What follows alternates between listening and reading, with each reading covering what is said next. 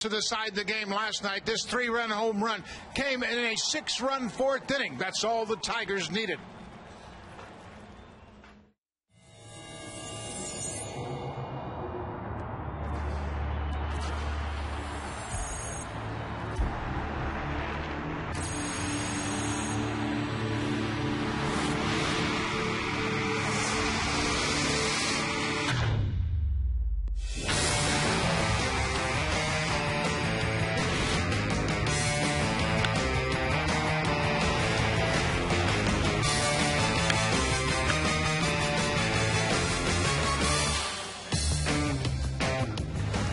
Friday night in Toronto, you can drive to Rogers Center, you can take a bus to Rogers Center, or you can jump on the streetcar. Right next to the CN Tower, the Rogers Center, the home where the Detroit Tigers will visit the Toronto Blue Jays tonight. A lot of former Blue Jays in the ballpark tonight. Dave, Steve, Dwayne Ward, Pat Hentgen signing autographs. A lot of great memories. Jesse Barfield, Tony Fernandez, other side of the ballpark, doing the same. A lot of great stars back at the ballpark tonight. Hello, everybody. I'm Buck Martinez, along with Pat Tabler. And Pat, tonight's starter, Sean Markham, his first season back after Tommy John surgery, he has had a little bit of a roller coaster ride of late, but it's not really unexpected. Yeah, you're right. With the injuries that he had last year, he had a great July, 3-1, and he's followed that up with a 1-3 record. And I think that could be a little bit misleading. He's faced the Boston Red Sox a couple of times, the New York Yankees. You throw out that one rough start against the Boston Red Sox, his ERA is at 3.68 for the month of August. But for Sean Markham, from pitch to pitch, from start to start, I think the whole key for him is the good changeup. And against the Oakland A's, we had that dominant start back on August the 16th. He kept throwing the changeup, and these young hitters kept going after it. I think that's such a key for Markham. If you can establish that changeup, especially early in the game, everything else is going to work for him. His mound opponent tonight for the Tigers is Justin Verlander, and he's a contrasting style of pitcher for sure. Verlander's a power pitcher, but I don't think he gets the recognition he deserves. He's truly become one of the most dominant pitchers in all of baseball. Blue Jays used to play the Tigers a lot more often, and I'm sure we're happy we're not, because Justin Verlander has been so good. Most wins since 2006. You think of C.C. Sabathia, you think of Josh Beckett, Roy Halladay, but it's Justin Verlander, the guy who is leading it. And then the reason why Verlander, he is such a horse when he's out on the mound. He's big, he's strong, he's got 3 very good pitches. He's in the top 10 in innings pitched. He's 6th in strikeouts, and with those 3 pitches, the good curveball, a good changeup, he can blow the fastball by you. We've known that for a few years, but it's that changeup and that curveball, that secondary pitches, I think that really separates Justin Verlander from some of the elite starters. Markham and Verlander are quite different pitchers, and the same for the hitters, Bautista and Cabrera. For more on the hitters, let's check in with Sam Cosentino. Well, Buck, they're both equally as dangerous, but in completely different ways. When you look at Miguel Cabrera, he's got that great plate coverage, but also a very balanced hitter, one of the best in all of baseball. As for Jose Bautista, wow, when he hits the ball and hits mistakes, he hits it a long way and makes you pay. The numbers, pretty similar between these two hitters. Great extra base power for each of them. Of course, Bautista leads the way in home runs and maybe the last man standing for Miguel Cabrera to win the Triple Crown this year. Miguel Cabrera, one of the toughest hitters in all of baseball. A real challenge for Sean Markham. Jose Bautista leads the majors in home runs. He, too, is going to be a challenge for Verlander. Great matchup tonight at Rogers Center.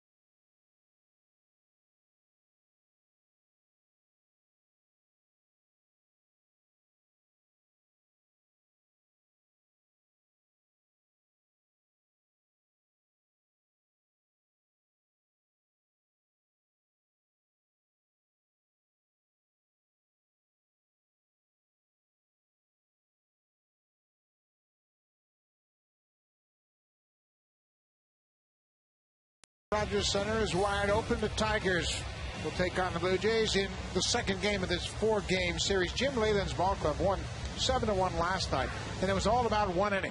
They scored 6 runs in the 4th inning and pounded out a couple of home runs. This is a powerful lineup. A lot of names you're not familiar with, but you know who this guy is. Miguel Cabrera, his 7th consecutive 100 RBI season. Cabrera was held to just a single hit last night. It was a double to the gap in his last at bat. But he's always a threat and has hit well against the Blue Jays in his career. Last 8 games, the Tigers actually lead the American League in runs scored with 55 over those last 8 games. That'll be a tough task for Sean Markham as he takes his 11 wins to the mound for his 25th start of the season, trying to match his career high in wins, which he set back in 2007. He looked like he might get it in his last time out. He retired the first 12 Red Sox batters that he faced. Looked very good against them. Jays were shut out, though, by the Boston Red Sox, 5-0. Markham made 3 bad pitches in that start against Boston. 3 runs over 7 innings. In his career, he is 2-1 with 3 career starts versus the Detroit Tigers. Tonight's scouting report is brought to you by TD. Banking can be this comfortable. Sean Markham strikes with 5. He's only had 33 base on balls all season long in 151 innings pitched because he has 5 pitchers that he can get over at any time. Any pitch at any time that he will use in his repertoire. And really no trouble with lefties this year. Lefties hitting just 182 with a 229 on base percentage. He has faced more left-handers than right-handers this season. Just one change in the lineup for Cedar Gaston on defense. Travis Snyder is in left field tonight. He takes over for Fred Lewis. Wells and Bautista round out the outfield.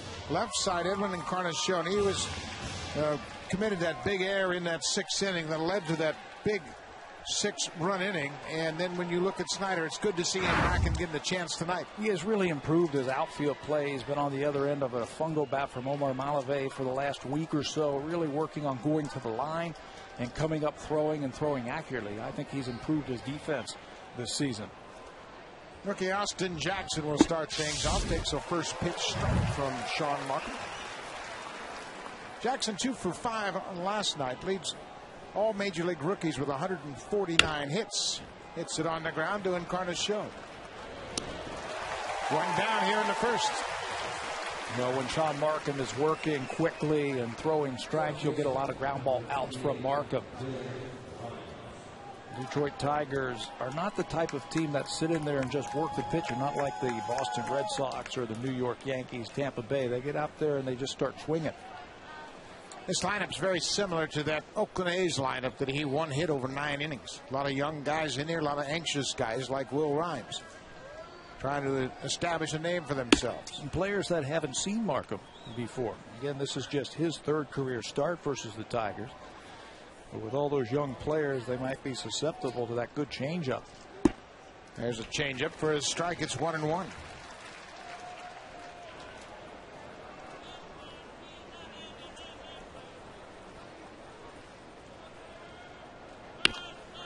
Popped out of play, Ron, because that's that high fastball.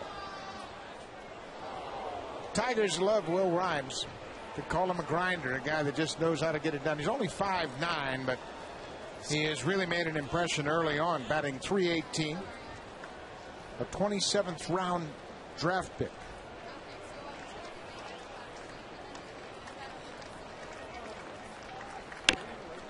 On the ground, Encarnacion backhand, no chance at all.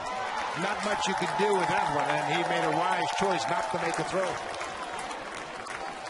Rhymes just continues to hit. .339 batting average, which leads American League rookies.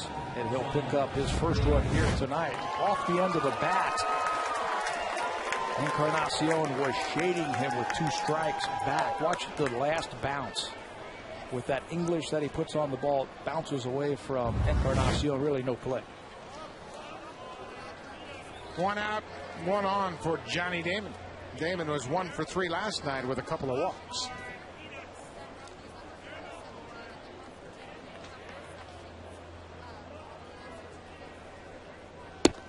Here's another good example of an experienced veteran hitter in Johnny Damon.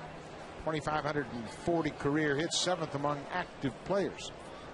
These are the types of hitters that will lay off that Markham changeup.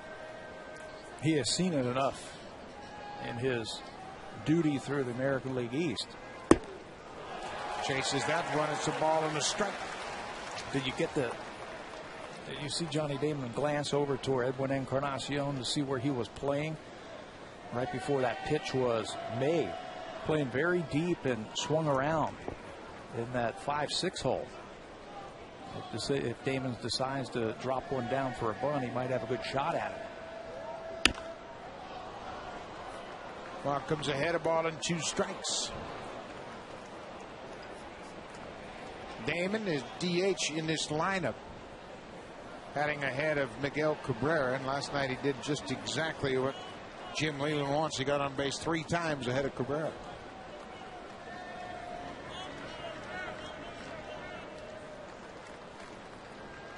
One and 2. In the dirt, loved by Buck. Sean Markham, we talk about the matchup tonight, Markham against Verlander, and they're really different in the way they pitch. Verlander, of course, is a power guy, and Markham really reacts to what he sees from the hitter at the plate. And he'll make his adjustments accordingly versus that. They can still pile up the strikeouts, though. They get there in different ways. Markham has the highest strikeouts per 9 innings in his career. Line drive, base hit into center. Grimes will stop at second. Back-to-back hits here in the first. It looked like a changeup again. It's 82 miles an hour.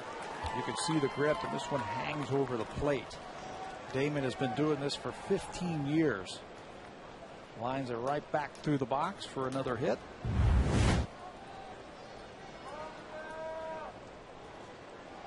First and second, 1 out, Miguel Cabrera.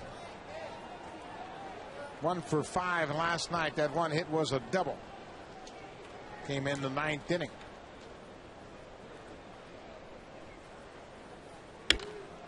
Popped back out of play. What do you think the most interesting aspect of Cabrera as a hitter is? Besides his numbers? His numbers are impressive, but why can he put up those big numbers? Well, first of all, I was walking behind him in Detroit. I couldn't believe how big he is, first of all. It's huge with big shoulders. Having said that, with those the big numbers, the big strength that he has, he's got such a sound swing also.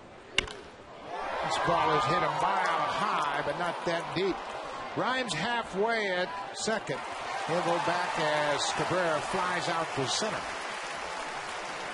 I can't recall the last time we saw Miguel Cabrera swing at a bad pitch or off balance when he swings at pitches. He always is under control with that short swing, and he knows he just missed that pitch. He looked into the dugout at his teammates walking down the first base line or jogging down after he hit that ball, and he said, "I just missed that one." 3 for 9 now in his career against Markham. So there are 2 outs. Rookie Brennan Bosch will step in. Last 17 games, it's been a challenge for Bosch, hitting just .214. Good season overall with 14 homers and 61 driven in. First and second, 2 outs. Not unusual for a rookie to get off to a fast start and then the league to kind of catch up to him a bit. When he first came up, everything was falling in, and he was hitting everything. Line drives all over the ballpark. Pitchers have made a little bit of an adjustment to him, throwing him more breaking balls, jamming him with fastballs, and he just hasn't been able to get the head out.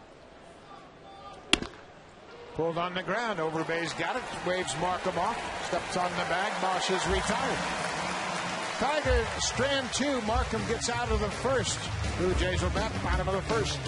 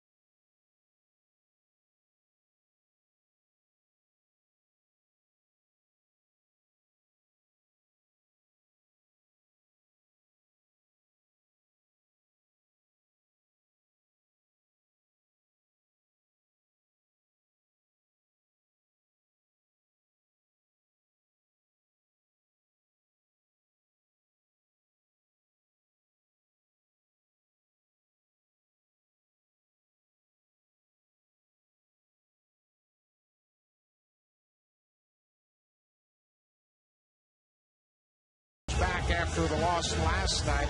Vernon Wells has been swinging a hot bat of late. He was shut out in last night's game. Take a look at the lineup. Snyder, Escobar, and Bautista. 14 home runs in his last 21 games at home for Jose Bautista. It's been a great ballpark for him. It's a good hitter's ballpark. There's a great background. You feel comfortable at home. You get into a regular routine, and it's served him very well playing here at Rogers Center. That is the lineup that Justin Verlander will face tonight as he tries to extend his team's hot streak as he goes for his third win in 4 starts. Verlander allowed just a run in 8 innings in his last trip to the mound versus Cleveland. That was an 8-1 win. Travis Snyder swings it to first pitch and hits a fly ball. Jackson comes in and makes the catch. 1 out. That 8-1 win over the Tribe gave him an ERA just over 2 runs in his last 3 starts. Let's take a closer look at Justin Verlander. Pump it up, baby. Here comes the fastball, and it really explodes towards home plate. It's got that heavy hook, that curveball. It's quick and it's hard, and the changeup, I think, is very underrated for Justin Verlander. Everyone talks about his great fastball and curveball, but his changeup's real good. There's a bullet hit right at the second baseman. 2 pitches, 2 outs here in the first. It's also throwing more sliders. But basically, it's those 3-pitch mix, and Verlander's as tough as anybody in the American League. Defensively behind Verlander, had some rookies on the field. Austin Jackson, Brennan Moss, 2 rookies in the outfield. Don Kelly's in left. Peralta and Rhymes up the middle. Inge and Cabrera at the corners, and rookie Alex Avila is behind the plate. I think Jackson is really special in center field. He has 7 outfield assists. Only Adam Jones has more as a center fielder in the American League. He's 4th in total chances in the AL. He can go get them for the Tigers. Jose Bautista. This is one of those great matchups people want to see. Power pitcher against a power hitter. 20 home runs in the last 43 games. Verlander is a prime example of a player or a pitcher you have to get early. In the first inning, batters are hitting over 300 against Verlander. But then he finds it and he starts getting into that groove. Peeled down to Phil Cuzzy at first, denied. Bautista checked his swing on that hard slider. 3 balls and a strike. Right at the knees. At 96. And away, down.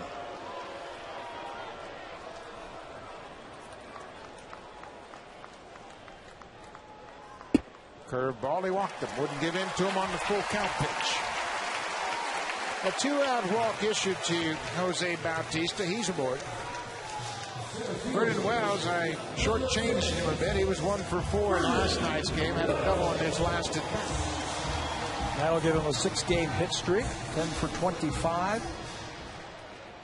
A home run and 6 RBIs in that stretch.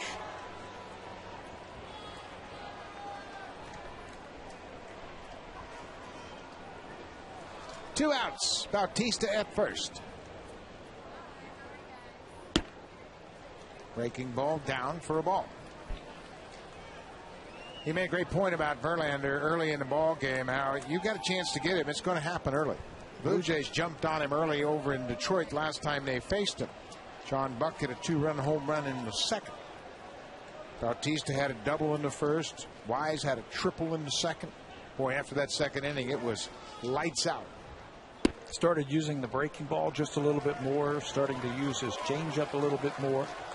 I remember those first 2 innings. He really tried to establish his fastball, and the Blue Jays just wouldn't let him do it. 5 of the 8 hits he allowed over his 8 innings came in the first 3 innings. There goes Bautista. Ball down and away. Throw from Avila, not in time. Stolen base number 6 for Jose Bautista. Looked like Verlander forgot all about him. Good jump. Timed it just perfectly and got in there easily ahead of the throw for Avila. All right, very timely steal just because of what we were talking about. Get yourself into scoring position early against Verlander. 3-0, 2 outs. Bautista at second. Green light, fouled back. It's about the same height as that home run he hit the other night. Maybe even higher the other night. Here are the numbers for Vernon Wells at home. Just raking. There you go again, being very comfortable, very familiar with your surroundings here at the Rogers Center. Also hitting over 300 with runners in scoring position here. Bounce to the left side. Inge waits for it. Strong arm on the money to retire Wells. Verlander strands a base runner. We have played one here at Rogers Center with scoreless.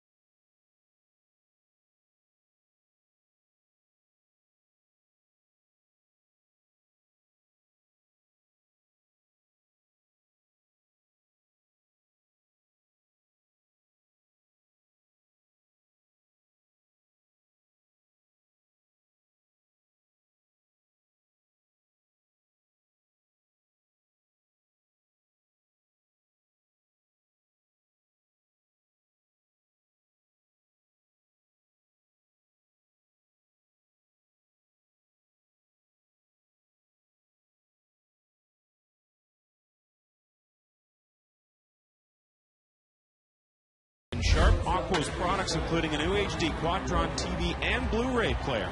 Enter online at www.hitahomerunwithsharp.ca. Sharp Aquos with Quadron technology. You have to see it to see it. Johnny Peralta will lead things off here in the second for the Tigers. Peralta had a big night last night, 4 RBI. That ties his season high. One swing of the bat produced 3. A 3-run home run in that 4th inning. That'll give him 14 RBIs over his last 11 games. Exactly what the doctor ordered for the Detroit Tigers. They needed another bat.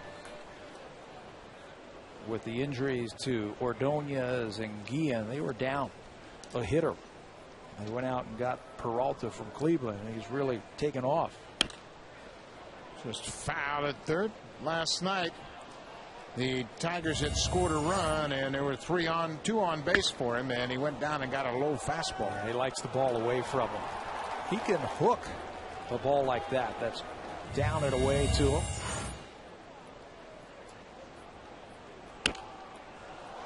Sixth home run for Peralta since he's joined the Tigers. That trade took place on the 28th of July. Of course, he had that great run with the Indians a couple of years ago, played into the postseason, had a very good ALCS against Boston. 21 home run power as a shortstop. Kind of like Alex Gonzalez. Same type of player. Pretty steady at short. Always a threat. He doesn't have the ideal range that you would love from your shortstop, but he's very steady. You hit it at him, he's going to make the play day in and day out, and he's got extra base pop at his bat. 3-2 pitch. Drilled to left field. This ball is going to get down and go up against the wall. Snyder plays it off the wall, bobbles it, and Peralta gets him to second base with a leadoff double. There's the extra base pop that he has in his bat. Again, he likes the ball away from him where he can do something with it. This is an off-speed pitch that is up, and Peralta hammers it into left field. Got that top spin on it. Got a little bit of a looping swing that creates top spin. And when Snyder bobbles it momentarily in left field, that allows Peralta to get into second. Don Kelly takes the first pitch strike. This Tiger team, they've been swinging hot bat. Pat mentioned their last 8 games, how they have scored over 50 runs. Kelly's in left field tonight.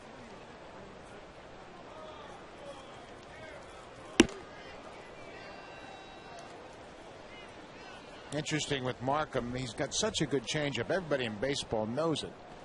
In the last couple of starts, we've seen him use his fastball a little more. John Buck would actually like him to use his curveball a little more frequently. It's a good curveball. Like Ricky Romero. When Romero started using his curveball, just gave the hitter something else to think about. Ball is popped up into shallow left field. Escobar back makes the catch. Good pitch by Markham to record the out. But it's late in the season, and Markham has now made 25 starts this year. Every one of these teams that he's facing now, they have film on him. They have an idea of what he wants to do to him. And just like hitters have to make adjustments, I think pitchers have to make adjustments also. 6 games against the Tigers, a 2-1 record. Brandon Inge, the third baseman. Down and away. Inge was 0 for 3 last night. He also walked. Been a very interesting player for the Tigers over the years. He played some center field, played catcher, and now he's the third baseman. There's a strike. How many people in the major leagues can you physically think about that can move around as effectively as Inge has over his career? Really, the only guy that comes to my mind is Craig Biggio. When he was with the Houston Astros, started as a catcher, moved to the outfield, played some second base. Almost identical type of player. Good athlete. You have to be a good athlete to be able to do that. There's a curveball that missed downstairs. 2 balls and a strike. Interesting tonight, we have a bunch of players in the lineup. We have Inge from Virginia Commonwealth, Verlander from Old Dominion, and Rhymes from William and Mary. Not exactly where you relate baseball. Not Arizona State, Southern Cal, Florida. But they've all been very good major leaguers, especially Verlander and Inge, who have established themselves, and Will Rhymes trying to do that.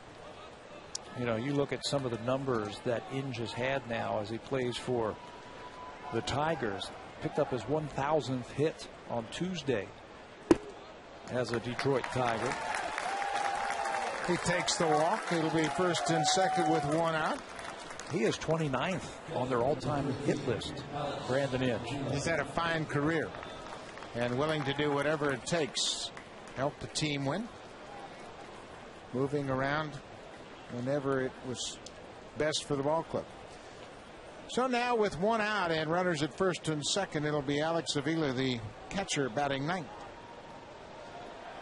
That may have been a little bit of a pitch around with the base open at first to get the left-handed hitter to the plate.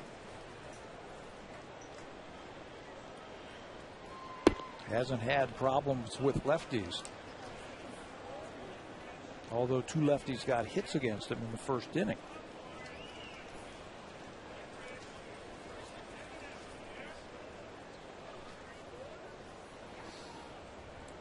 We're in the second inning. Sean Markham with runners at first and second. 1 out, looking for a ground ball. Cut on and missed. Good sinking fastball down and away. You know what Markham has to do to these hitters? He's got to get them thinking about the fastball. He's got to get them swinging wildly like that. I think that really will then play into his changeup. You mentioned it last inning about how Markham will watch the hitters along with John Buck and see their reactions, how they are swinging, and then pitch accordingly. That changeup followed a good sinking fastball. That's part of the catcher's responsibility as well. If he senses that the hitters are laying back a little bit late on the fastball, that should tell him, hey, you got to use the fastball and use that pitch to your advantage. And if they're swinging wildly, go back to that changeup. 1-2. Cut on and miss. Another good changeup. Avila strikes out. You could tell that he would be susceptible to the changeup after his first swing. A little bit harder, a little bit out of control. So Markham sensed that and threw two beauties to him. That's the one that goes down and away to the left-hander. Uses that to pick up his first strikeout. Markham didn't give in to Inge and took advantage of a younger, less experienced left-handed hitter. Now he's got a rookie at the plate in Austin Jackson. 2 outs. Fastball off the plate inside.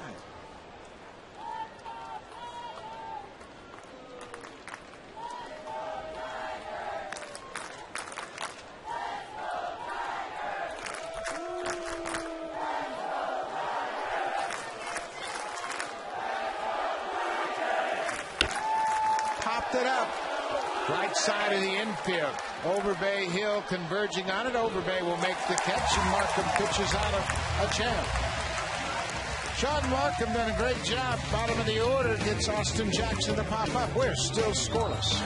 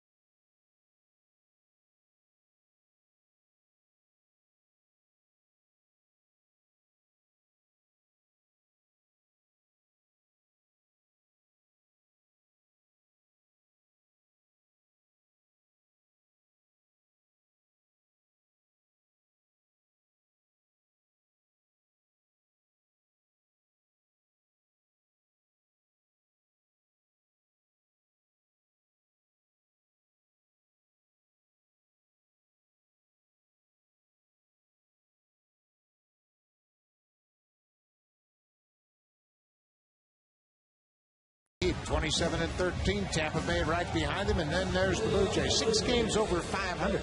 Pretty impressive second half start. Yeah, if you want to win, you got to get into hot streaks. Minnesota's in first place. The Rays and Yankees are tied for first place, and the Texas Rangers in first place. And there's the Blue Jays right there.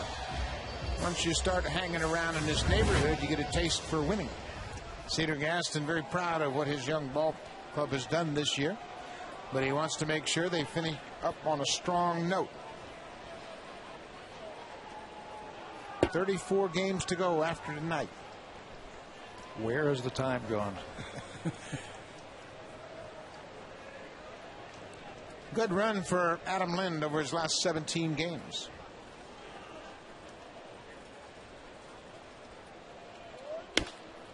Hopped up, reached for that off-speed pitch into foul territory. Inge at the wall. Makes the catch. Great concentration by Brandon Inge. He slammed into that wall and lost his balance and showed the umpire the baseball. He first of all had to go around Chris Cuccione, the third base umpire. They met right at the foul line. That's why they're talking to each other. So he goes around him. Right there, he's got to get out of his way, shoves him out of the way, and now he's got to find the baseball and the wall. Shows you the kind of athleticisms and sweet hands that Brandon Inge has over there at third base. Played shortstop at Virginia Commonwealth, was a relief pitcher, and now he's been a catcher, a center fielder, and a third baseman. He can handle just about anything you throw at him, except an umpire getting in his way. John Buck swings and pops the first pitch back. 368 average since he got back from the disabled list. He lacerated that thumb, got a foul tip off the bat at Alex Rodriguez in New York.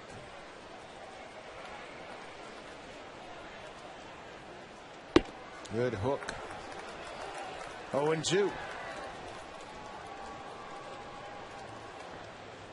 He homered off of Verlander back at Comerica Park. Shows you the kind of strength that he has. He hit it to right field, no problem. Fastball at 97. Verlander down and up a notch. He threw him 3 pretty good pitches. That time, he wanted to go up and away with a fastball, and you're right, reaches back for a little bit extra. This Tigers starting staff has been on a roll. Over their last 7 games, they've gone 6-0 with a 1.09 ERA. And they've had 43 strikeouts and just 7 walks over that time. Getting hot at the right time. Now they're on the outside looking in right now as far as the AL Central. They're 9 games back of the Twins.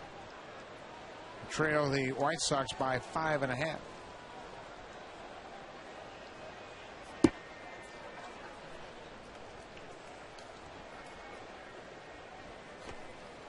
Jim Leyland says, well, we'll just play it out and see where we end up. But overall, he has to be fairly pleased with the development of some of his younger players. Okay, what they've found out about Austin Jackson tonight. Alex Avila showing some signs that he might be an impact catcher. Brennan Bosch in right field.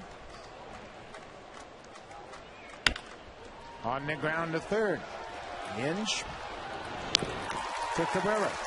Another quick inning for Verlander. 1-2-3 second after 2. Still scoreless here at Rogers Center.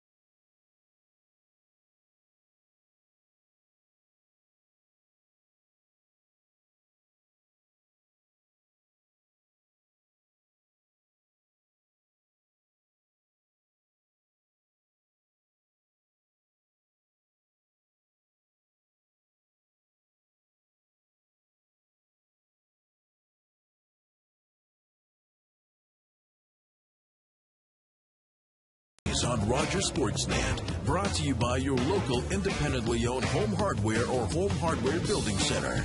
Homeowners helping homeowners. Welcome back to Rogers Center. We are headed for the 3rd inning, still scoreless. Justin Verlander hooked up with Sean Markham in a good one. It'll be the number 2 hitter, Will Rhymes, who had an infield single his first time up.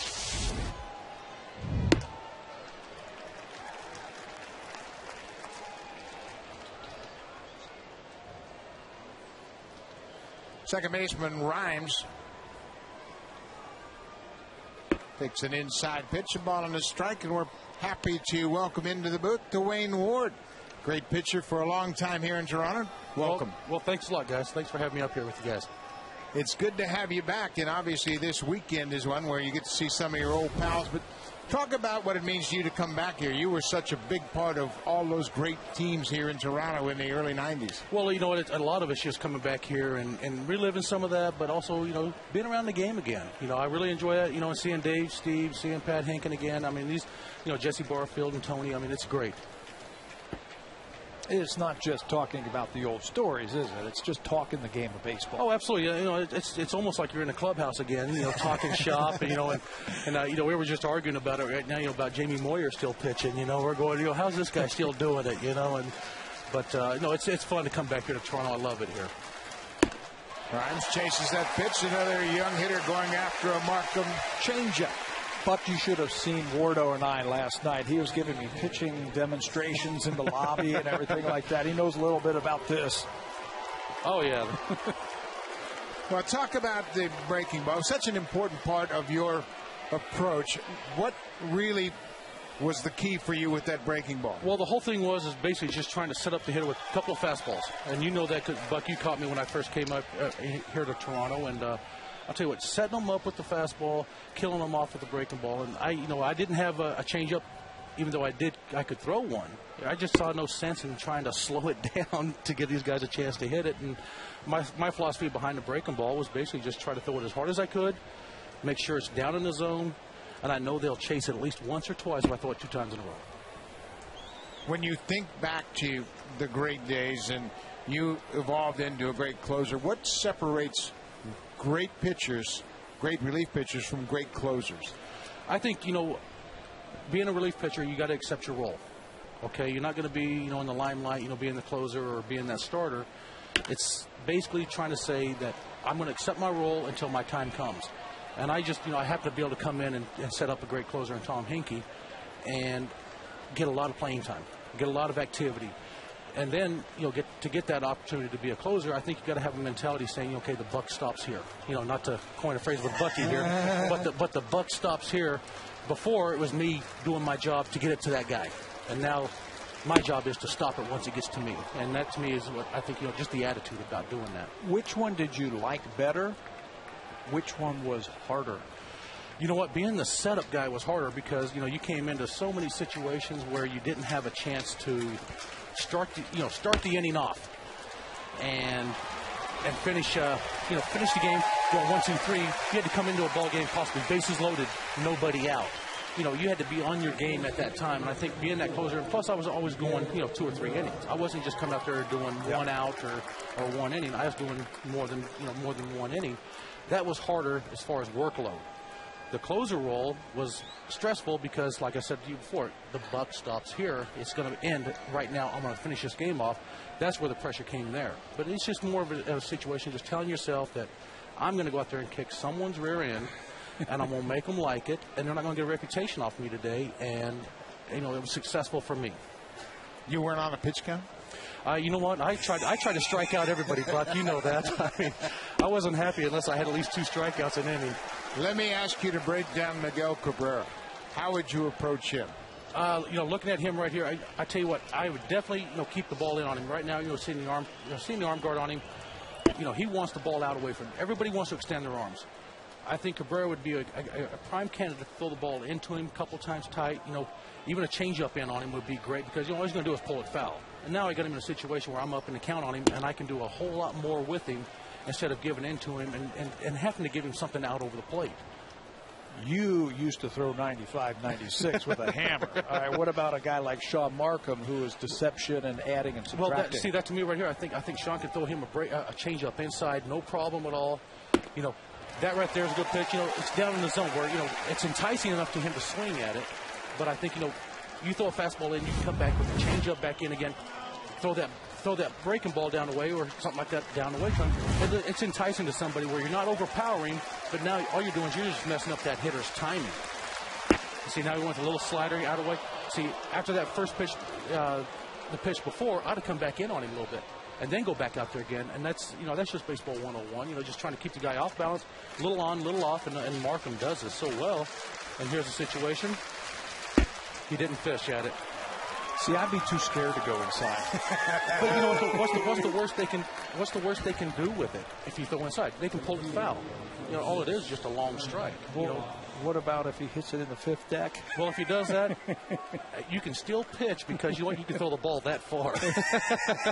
You got to provide some of the power. Exactly. Talk about all those great pitchers you had when you think about the starters that joined the team. David Cohn and Dave Stewart and Jack Morris all came to the team when you guys were at the top of the game. Oh, you know what? Having those guys out there, like David Cohn, even Dave Steve, Jimmy Key, these guys wanted to go 9. I mean, it really took a lot of coaxing out of Cito to tell these guys, hey, we got 4 or 5 guys down this bullpen that are ready to rock and roll. Just give them the ball. You're going to win a ball game. And Jack was one of those guys. I mean, but you learn from those guys. Mike Flanagan, when he first came over, you learn from these guys. about how to pitch guys differently because. Brennan Bosch drills it to right field. Bautista fighting the lights, makes the catch. Markham strands a base runner. When we come back, more Dwayne Ward. He'll hang around for another half inning.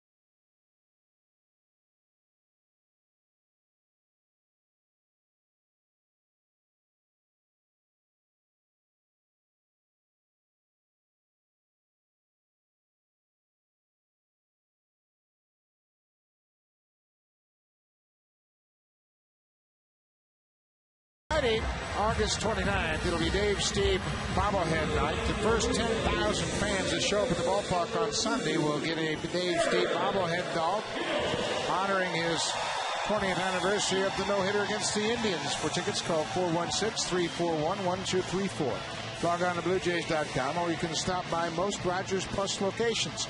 Dave Steve bobblehead day, presented by FedEx, Sunday. We are in the bottom of the third inning, still scoreless.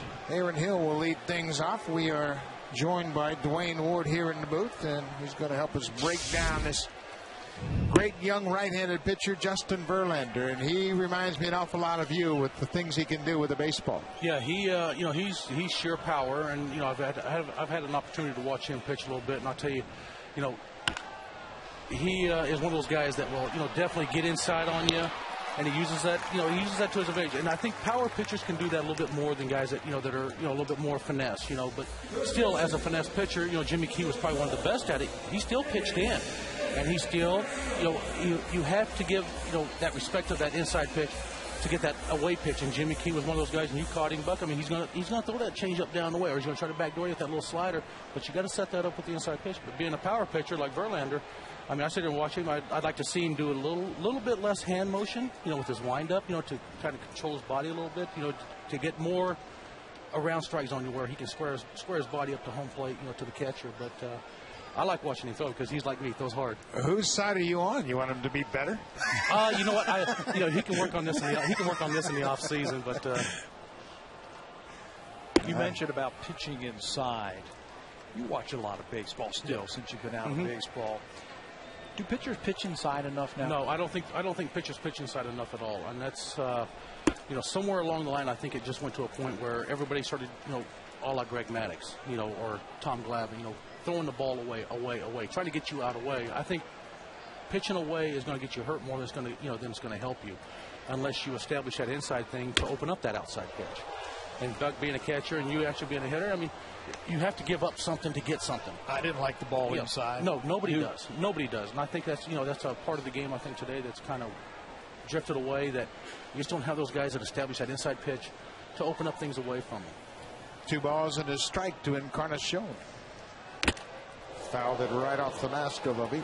See, good fastball in right there, you know what I mean? Just it ties your hands up, and it takes the guys that can actually hit the ball out of the ballpark. It cuts their swing down so much, and I like to say that there it is right there. I mean, good pitch. Even though he had a good swing at it, I mean, he's going to hit it off the label. he's not going to hit off the meat part of the bat. He can't hurt you with that. That's going to stay in the ballpark. How much did it change during the course of your career with the umpires issuing the warnings and the players wearing the armor, the fact that you couldn't aggressively pitch inside as much as you could have earlier? Well, you know what? I was going to pitch inside regardless. You know, after the warnings, you know, if they take that inside pitch away from me, I'm not going to be as effective as a setup guy or as a closer. I can't do it. I mean, I'm still going to go out there. I'm going to pitch these guys in. If I hit them, it's not on purpose. But, you know, you can't take my strength away from me because guys have been getting hit. You know, and if I hit guys, I mean, it's just part of the game. Did you learn that, or did someone have to tell you that? Well, you know what? I mean, I was very fortunate to come up with the Atlanta Braves organization with, you know, Gene Garber, Bruce Suter, Ted Simmons, you know, guys that were just basically talking baseball 101 every day, you know, just talking about it. You know, here's what you got to do. What pitch would you do in this situation? What would you throw here? You know, just basically you know, pounded it in your head to, you got to pitch in to get that outside pitch. You know, if you want to try to lock somebody up away, you got to be consistently inside.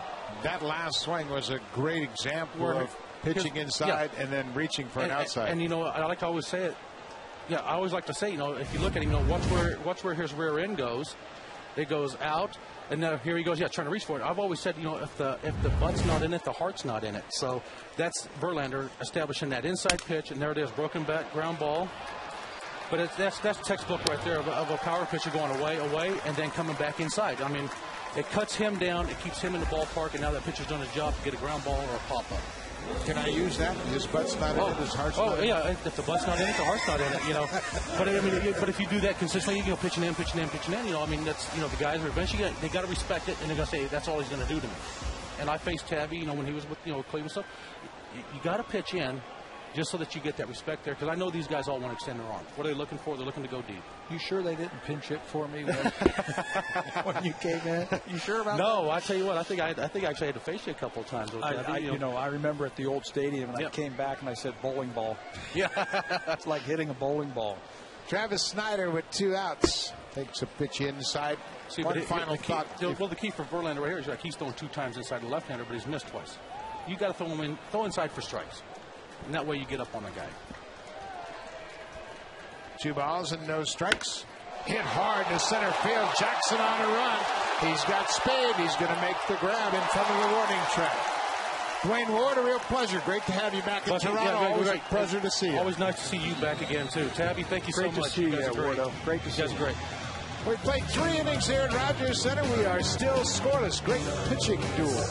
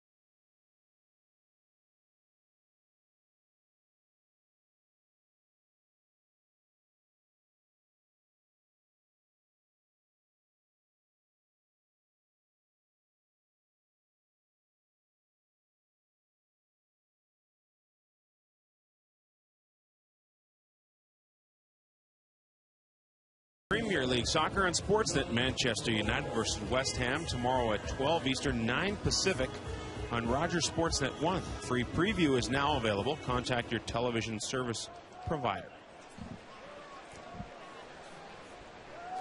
Back here at Rogers Center. Good ball game. Just 3 hits in the game. Tigers looking for their first hit. Johnny Peralta will start things off here in the 4th. Down the left field line, just about a foot foul. Peralta was on it, but pulled it foul. That's what Dwayne Ward was talking about. You throw them inside, all they can do is pull it foul. Pull it foul, and you're ahead, strike one. It's always just a long strike. Not a good night to be a hitter if these two pitchers are on their game. There's that curveball, missed down and away, a ball on the strike.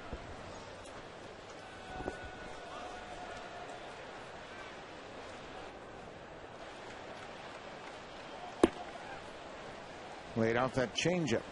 Sean Markham had a good July, good record, 3-1. And I think he has pitched a lot better this month than his record would indicate if you break down his numbers for August. He's made 4 starts. Batters are hitting .206 against him this month. He's had 5 base on balls in those 4 starts. He's given up 20 hits all month long. His record's 1-3. He hasn't had a lot of runs to work with this month either. 2-2, missed with the fastball. It'll be a full count to Johnny Peralta.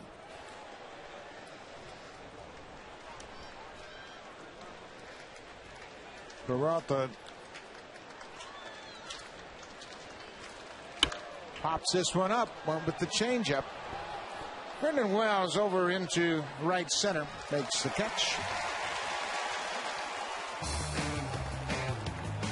You could win an all-new Honda CRZ and other great prizes when you vote for the Honda Play of the Month. Vote today at BlueJays.com. 4th inning, 1 out. Tigers have 3 hits. Blue Jays looking for their first hit tonight. Don Kelly popped up to the shortstop. On the ground. Markham's going to have to cover the bag. He does, and Kelly's retired. Overbay went after that ball initially. Hill made the play, and Markham was there to take the throw. Yeah, as a first baseman, if you go over and get that ball and make an attempt at it, you can't stop and try and get back. You've already committed over there. Let Sean Markham, who is an excellent fielding pitcher, go over and make that play. The only thing you can do is just mess that up if you try and get back to the bag. Yeah, the first baseman, Overbay, knows just how far he can go to his right and get back. So once he got beyond that, he just peeled out of the way. Yeah, the first thing you do as a fielder, right before the pitch is set, you see where your second baseman's playing. And then you know how much range you have to go to get the basket, go get a ball. No balls and a strike to Brandon Inge. Still trying to get that curveball over. Tigers laying off of it so far.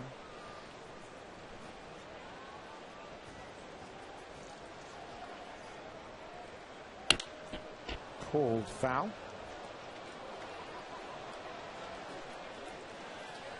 A ball and 2 strikes, 2 outs here in the 4th inning. Tigers have stranded 5 base runners. Markham's done a good job of pitching out of jams.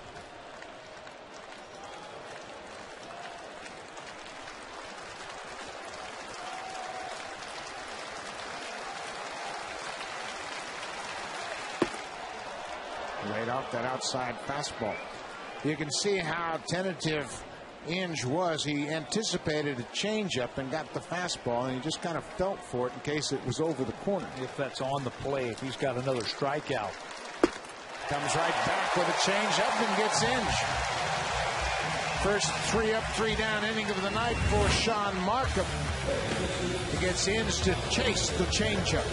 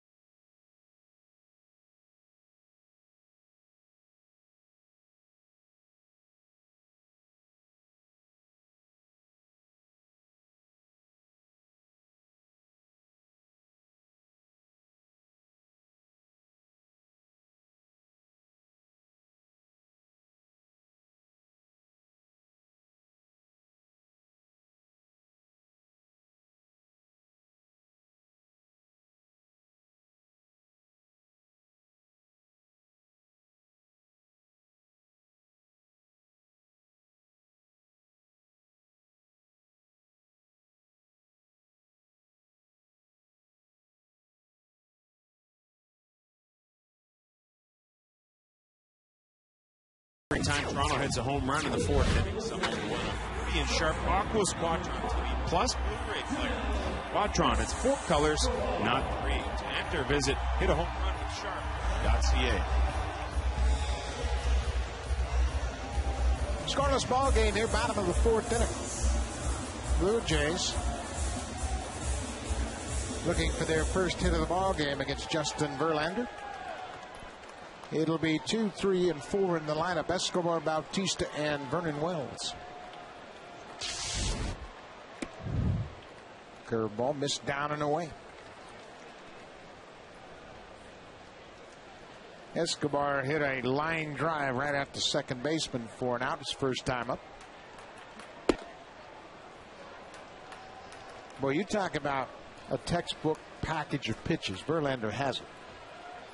And I think getting better all the time. Watching him this year with his changeup, I think it's better. Just look at the reactions from some of those hitters as they duck out of the way. The changeup, I think, is evolving and getting better because he throws it with such great arm speed. And it dives down and away. He's always had the great fastball and the great hard curveball. Now you add that changeup, and you can see why he's one of the elite pitchers. Fastball hit into the seats as Escobar was late. Talk about the reaction of a big league hitter like Escobar to duck away from a curveball. You don't see it that often anymore, but it just really gives you an idea how good Verlander's curveball is. It's hard, and it breaks a lot. 2-2 pitch. Slider missed off the plate. And his curveball reminds me of Burt Blyleven's curveball. He throws it out of the same arm slot as his fastball. And when he lets it go, it's got that big, hard, sharp bend to it. Tough to pick up the spin also. 3-2 pitch. Good fastball at 98. Should be illegal. You can't have 4 pitches and throw 98. Put a governor on him. He truly has really taken it to the next step, next level. 27 years old. His 5th full season. Fastball. Escobar jammed and hits the roller to second. 1 out. Verlander really made a splash with the Tigers. 2007. Made the All-Star team. 2006, the playoffs, of course. Pitched so well all season long. Pitched the Tigers into the postseason. In 2007, I think that's when he really arrived. Took it to the next level. That was the year that he threw the no-hitter versus the Milwaukee Brewers. 99-mile-an-hour fastball missed downstairs. Jose Bautista walked his first time up.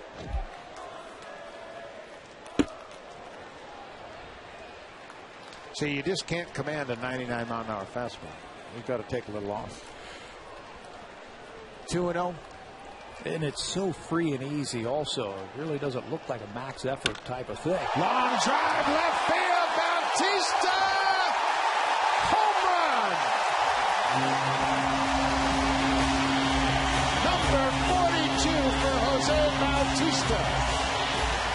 The hits just keep on coming.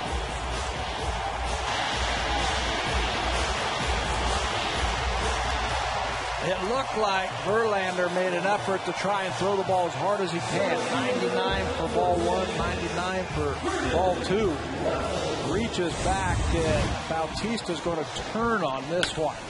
On the inner half. And that ball, when it comes down, is going to be home run number 42 for Jose Bautista. 42 significant in that it ties Bautista with Sean Green and Carlos Delgado. 42 in the season. He is now 11 ahead of Miguel Cabrera and Paul Konerko for the league lead. But historically, he becomes the 3rd Blue Jays player to hit 42 in the season. Green did it in '99. Delgado did it in 2003. Vernon Wells takes a breaking pitch, 0-2. The franchise record for home runs in a season. George Bell hit 47 in 1987. Well within Bautista's reach. 0-2. Line foul down the left field line. If he hits 50, doesn't he have to be into the talk for MVP? Yes. To have that type of season and to be that far ahead of Miguel Cabrera, you have to start talking about Bautista as an MVP.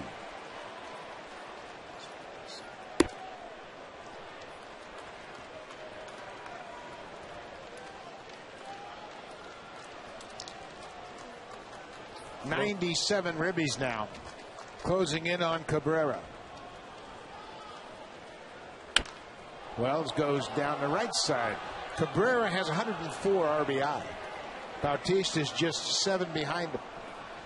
So why wouldn't you include them both in that MVP conversation?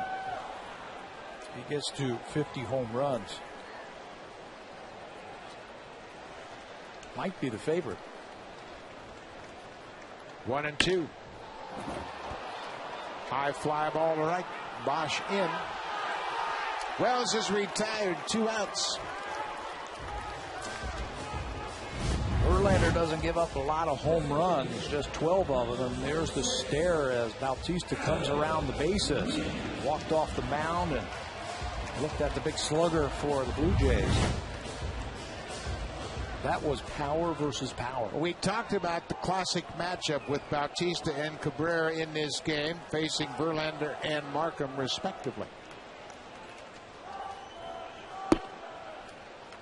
So Bautista draws first blood.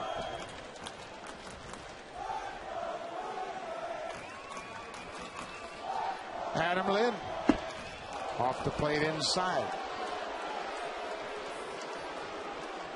Once again, another reminder of how good big league hitters are.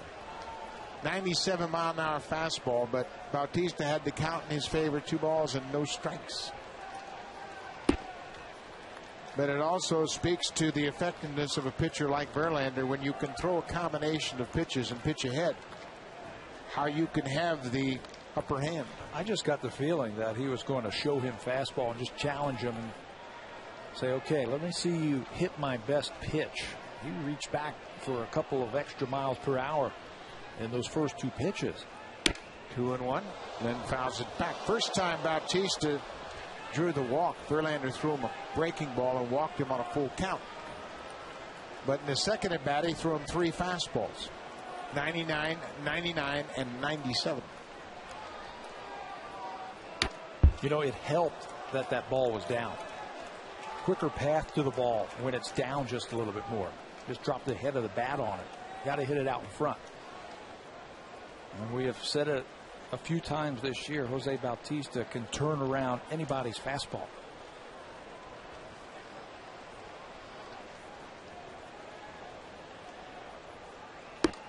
Two around the outside corner, according to Jerry Crawford, the veteran umpire.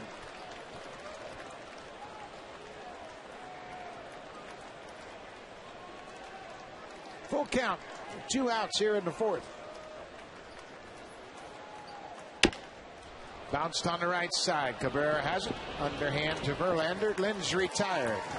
But the Blue Jays get on the board. Jose Bautista, his 27th home run of the season here at Rogers Center. 42nd of the year. Blue Jays lead it 1-0.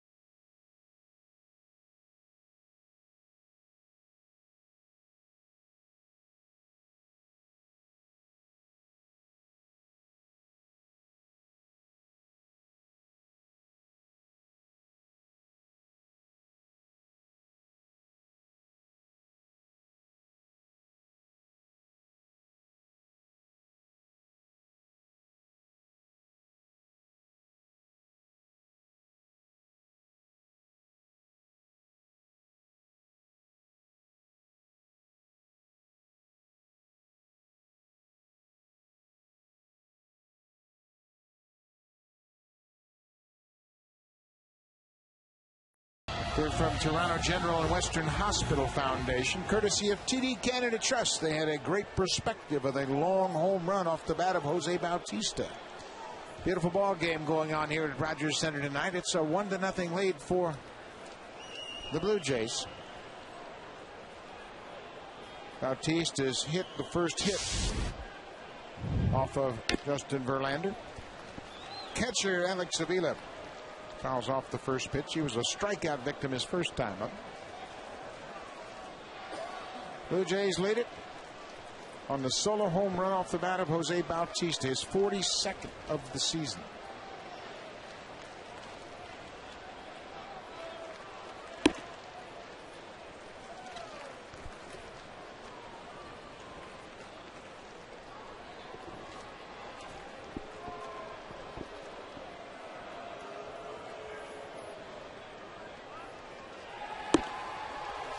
Another good changeup. We talk about the similarities of this Tiger lineup to that of the Oakland A's lineup.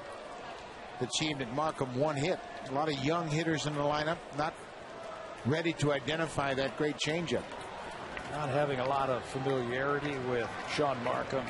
Jackson's a rookie. Rhimes is a rookie. Bosch. Avila's a young player. There's a pretty good pitch right there. Kelly is a young player. So if they keep swinging at it, just like that start that Sean Markham had in Oakland on August the 16th, why not keep throwing it? Here comes another one. Full count. When you look back at Markham's season log, you look at the Red Sox, 11th of August, 4 innings, 7 hits. Yankees, prior to that, 6 innings, 8 hits. You go back to Tampa Bay, 4 innings, 10 hits. Tampa Bay, 8 1/3, 10 hits. A little more experienced lineups have been a challenge at times. Line drive, base hit into right field. Avila's aboard. A leadoff single here in the 5th. Let's check in with Sam Cosentino. But the other day when I asked Sean Markham to assess the rest of the Big Four, I spoke to him a little bit later about how much he's enjoying the season, and he just relishes this leadership role, and he feels that by having fun and by being involved in all the conversations that we show on the bench throughout the course of each game, he has given a platform to those behind him, Brett Cecil and Ricky Romero, to continue to do the same and help this staff bond as one.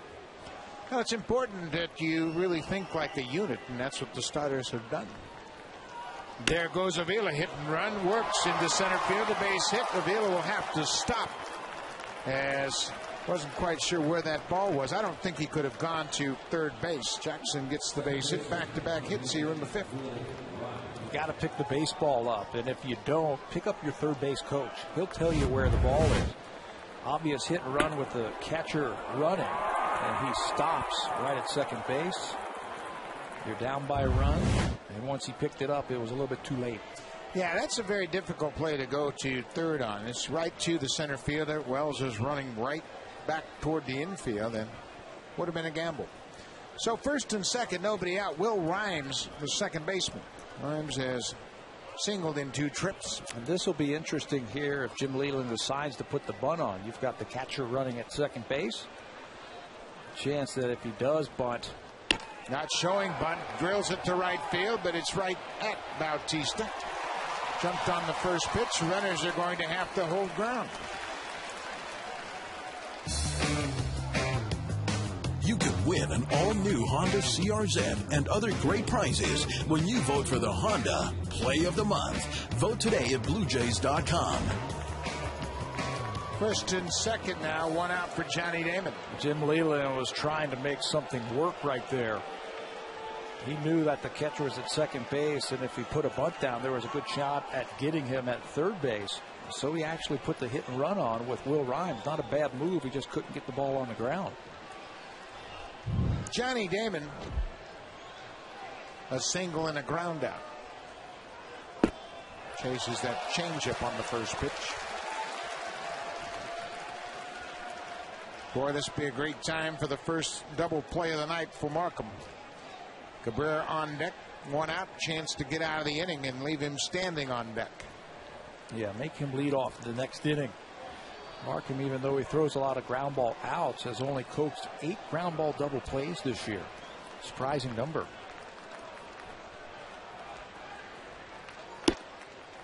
Another off-speed pitch sailed out of the zone. Ball and a strike.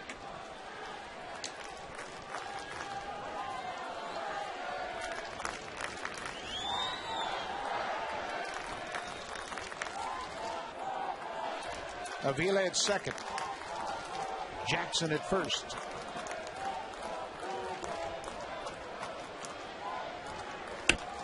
Fly ball left field. Snyder on the run, slicing away from him into the seats. Not much room between the foul line and that wall down the left field line. And the ball sliced off the left-hander's back, kept going away from Snyder. What an effort by Travis Snyder, not giving any ground to anybody. Goes hard into that wall down the left field line. A lot of guys start high-stepping it and start slowing down.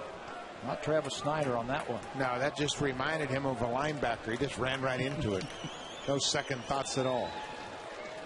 A ball and 2 strikes to Johnny Damon. 1 out. Blue Jays up 1-0.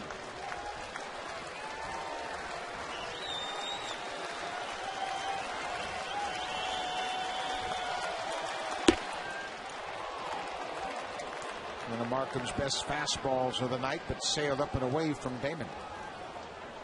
You cross him up and go with 2 fastballs here. Where is it? Away? Up. You know, he's such an experienced hitter that he's ready for anything. On the ground, could be 2. Escobar at second, back to first, double play. Markham gets exactly what he wanted. The Damon ground ball, the infield made quick work of it. Escobar with the strong arm, Hill with the good pivot. Hill shovels it to Escobar. Shortstop coming across the bag. No problem at all.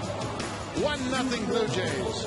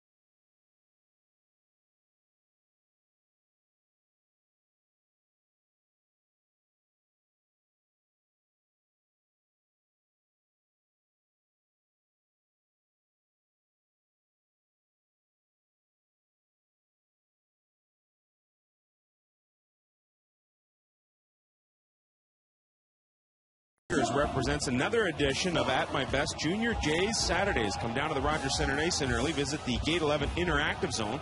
We'll have player autographs, inflatables, face painting, and a whole lot more. Don't forget, after the game, kids 14 and under can run the bases. 416-341-1234. BlueJays.com/tickets or most Rogers Plus locations for tickets to tomorrow or any other game throughout the rest of the year. John Buck will start things off in the 5th inning. Justin Verlander's given up just 1 hit, but it was a home run. Throws the big breaking curveball in there for a strike. Buck struck out in the 2nd inning on a good Verlander fastball. There's a slider down and away, 0-2. 269 strikeouts last year by Justin Verlander, which led all of baseball. He's got those great pitches. 1 strikeout tonight. Blue Jays have been on his good stuff. Although they only have the 1 hit and the 1 run, he's only been able to get 1 strikeout. Put yourself in Buck's shoes. What would you look for as a game plan against a guy like Verlander? I'd have to eliminate some pitches until I got to 2 strikes. Probably look for something away and look for something hard breaking when he got to 2 strikes. And there's the hard slider for the strikeout. Buck goes down for a second time tonight. Struck out his last time up on a similar pitch, breaking ball. Pulls the string just a little bit. Just the second strikeout tonight. Lyle Overbay.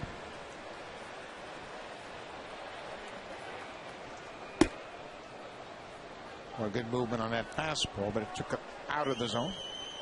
Overbay grounded to third.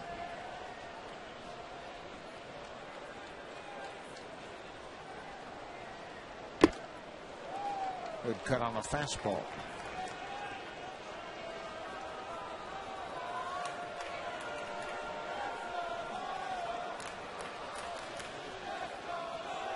Ball and strike to the Blue Jays first baseman.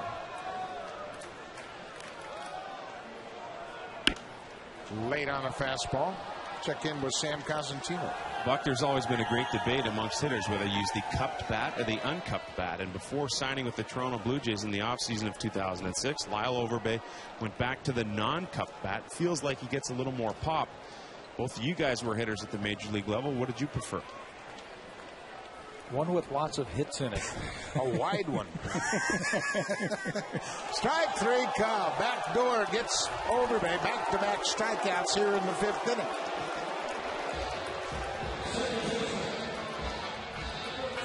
Commentator clothing provided in part by Zenia. Statistical information provided by Stats Inc. Music provided by Universal Canada.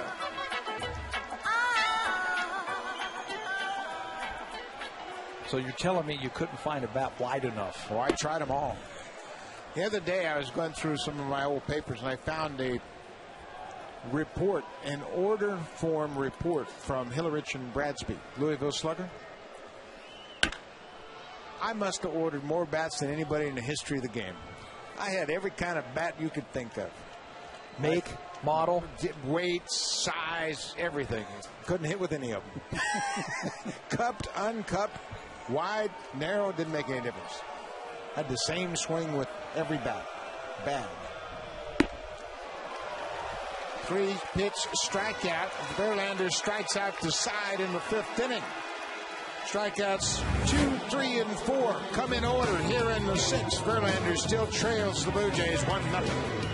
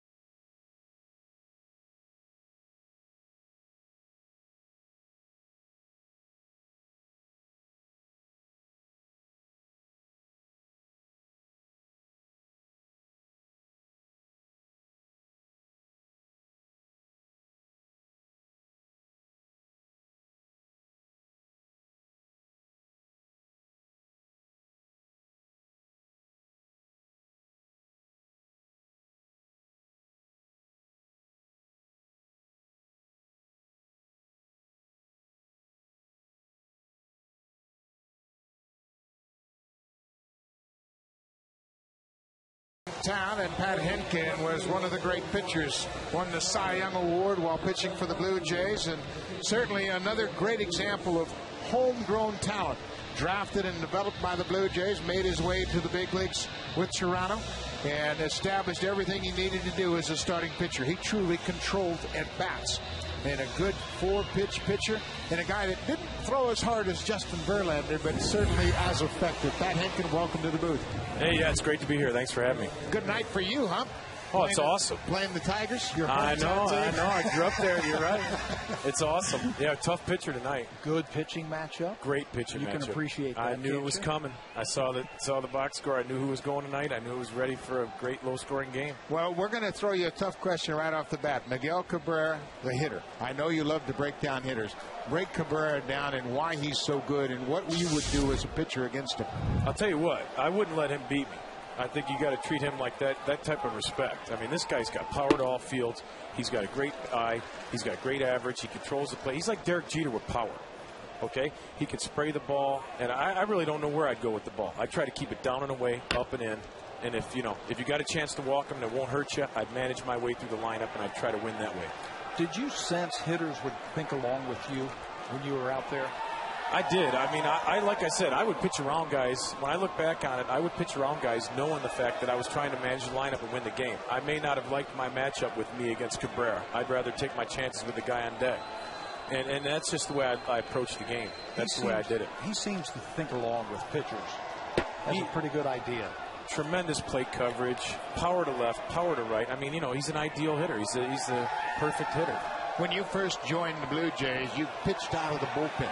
Had a chance to really work with some veteran guys, but how did that relief work serve you well as you became a starter later in your career? Yeah, that's a good question, Buck. I actually told Alex this, that I think sometimes when I look back on this, my first year, I learned more pitching out of the bullpen and only pitching 50 innings than I would have learned if I'd have pitched 180 innings. Oh, there it goes.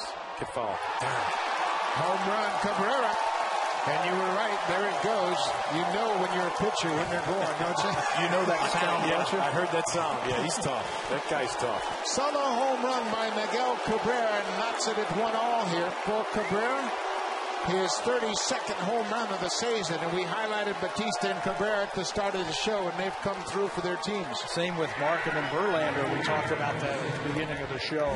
Bautista with a long home run. This looked like a Jose Bautista type of home run. Line drive down the left field line, and it's hooking off the bat of Cabrera, but not enough as it hits the foul pole. Just stays fair. Yeah, you miss your location on him, you're in trouble. Yeah, that's what happened. You were talking about pitching out of the bullpen, and you were saying you learned more about that. How? Why? I did. I mean, I learned more from guys like Dwayne Ward, Tom Hankey, and some of our veteran guys, and just get acclimated to the town, the city, the league, the lights.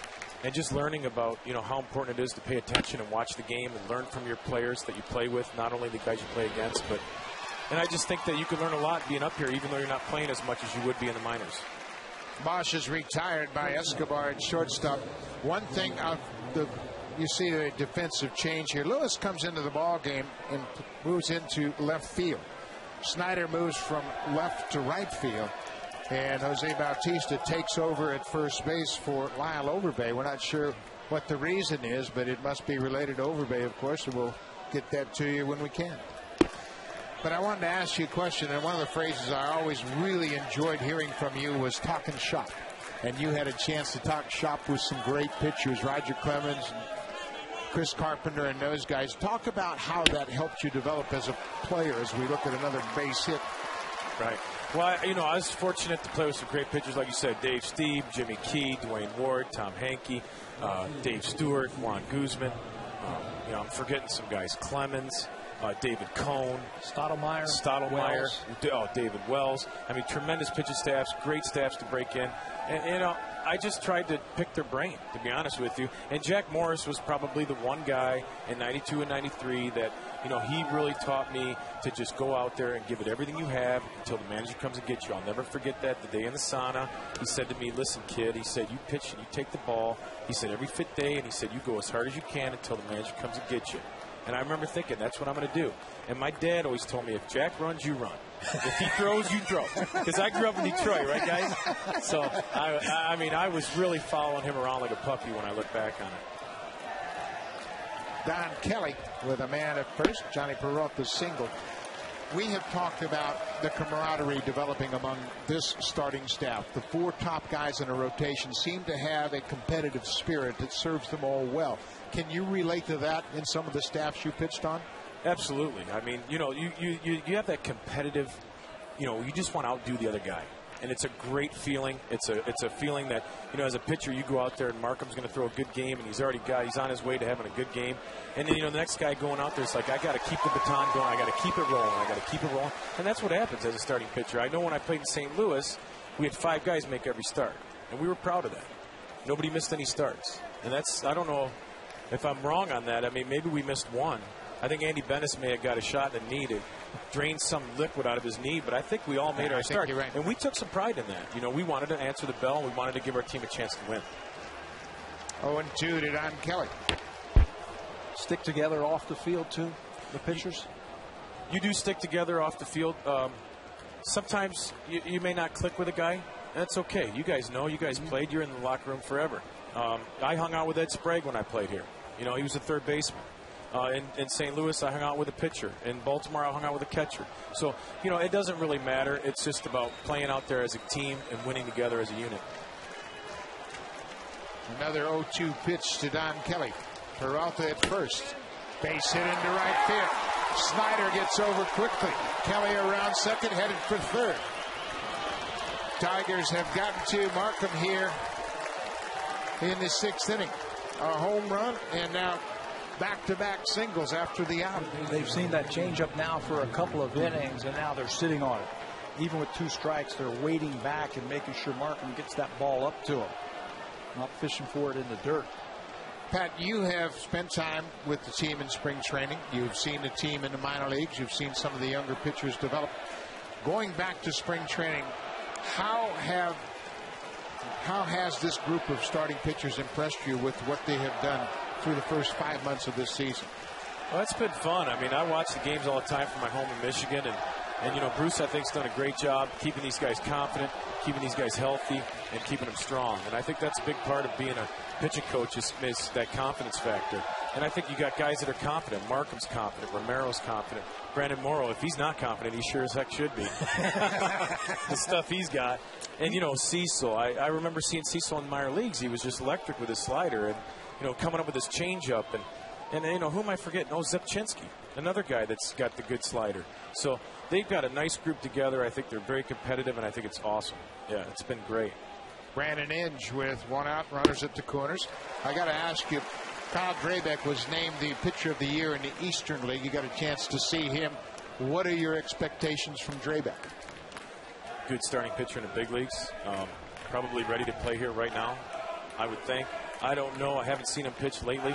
Saw him in spring training. He's a guy that can spin the ball. He's got good movement with his breaking ball. It's sharp, it's late, and he's got the good fastball. And you know what I like about him the most? He's got guts. He's got that tenacity. He's got that intensity. This guy out on the mound tonight, I remember when he was in the minor leagues, he looked at the hitter and like, you ready? Because I'm ready. You're going to get out. And we had other guys that had better arms and better stuff. But Markham was a guy that was like, you ready? Because I'm ready. I'm ready. He got the ball. He was ready to go. And it's a big part of pitching. And you guys know as hitters, you didn't like it when a pitcher was ready and almost like rushing you a little bit, right? And that's how Markham is, a strike thrower, and he's got guts. Does Drabek remind me or you of a little of yourself? You were that type of guy. And I think I owe some of that to Jack and Dave Steve and Dwayne Ward and Tom Hankey and Stottlemyre and the guys I came up with. There's no question that you can evolve a little bit as a pitcher to do that. And I think that Drabek's already got that, whether it's from his father and the upbringing or it's just his tenacity. I just love his competitiveness, his will to not quit. And I think that's a big part of being a starting pitcher because it's very easy to quit. Say, it's not my day, it's over, oh, here we go again. Strike 3 call. Markham does exactly what you were talking about. Asked Brandon Inge if he was ready, and he gets him with the fastball. And not giving in. Easy to quit with a runner at third base and less than 2 outs, but you've got to dig a little bit deeper. And Sean Markham does as he paints the inside corner. Inge can't pull the trigger. A big strikeout. Crossed him up, throwing the fastball. First and third, 2 outs. Number 9 hitter, Alex Avila, got a base hit his last time up. Miguel Cabrera has tied the game at 1-1 with a solo shot off the foul pole down the left field line. Pops it back. Pat, I got to ask you, I know how much you love baseball, how much you love talking the game, talking shop, if you will. Any aspirations of getting back into coaching? Oh, sure. I mean, it's on my mind all the time, and I feel like I could add some stuff to help some guys. There's no question. Being on the rubber for as long as I have been, or as long as I did it. I know right now, like Markham, what's going through his mind. He gets that big out, and he's thinking, I got 2 outs now, and you have a tendency to relax, and then all of a sudden you give up that 2-out knock, and it ends up scoring and maybe a double or whatever. So the biggest thing is just staying focused and getting out of this inning. Get fouled. It will. Sorry, Buck. That's the same thing Markham was thinking. Yeah. Blow a foul. Did you get a chance to see these guys in spring training? Is that just the work you're doing for the Blue Jays now? No, actually, spring training for a couple weeks, and then I saw each affiliate this year until I had an accident in my garage with a funnel on my foot. So I ended up skipping out New Hampshire, but I saw our AAA and both of our single A clubs this year, and I'm going to instructional ball for a short time, not the whole 5 weeks.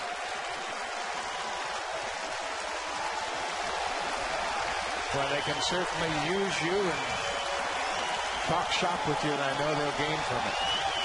Alex Avila 0-2, 2 outs. Tigers at the corners. Down in the dirt. But you, obviously, one final thought. Cito Gaston was here and had a lot to do with your development, and this is his final season, and I guess you can probably characterize how important he's been to this organization. Absolutely. I mean, ambassador, for me, older brother, father figure, however you want to put it. Guy that gave me the ball, gave me my first chance to go out there, showed me some confidence in myself, gave me confidence when he had confidence in me. And I've always loved Cito. We've always had a nice relationship. It's great. I'd like to see him come back. A ball and 2 strikes. Up and away. There goes the base runner. They chose not to cover second base, so Kelly goes into second base. Now 2 runners in scoring position with 2 outs. It's a 1-1 game here, and now Markham wants to talk things over with John Buck. Put us on the mound with Markham right here, Pat. Well, when's the last time he's had a guy in second base? They're probably just double checking to make sure they get the signs right. Don't want to have a mix up here. Probably wanting to go over what he wants to throw 2-2. If he misses, he may want to already know what he's going to throw 3-2. And you can put down the Deke sign too here as well.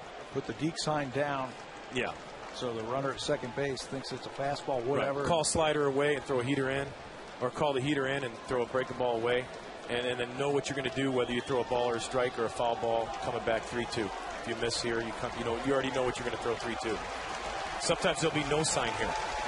We just go no sign 2-2, no sign 3-2. We've seen a lot of that this year. Make sure the hitter and the runner don't have any, communication. 2-2 pitch, fly ball, center field. Wells going back. He'll have room. He makes the catch. Markham gets out of it.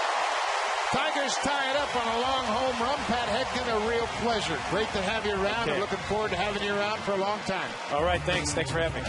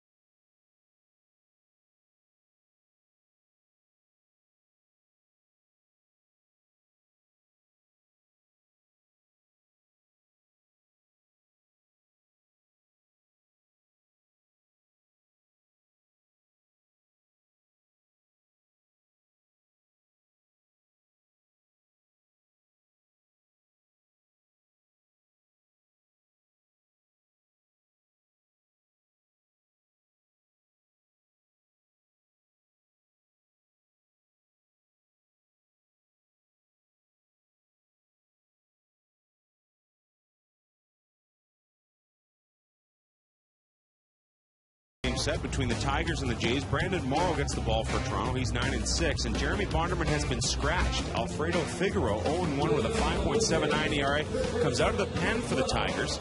Action gets underway at 12:30 Eastern, 9:30 a.m. Pacific, with the Jays Connected pregame show on all Sportsnet channels.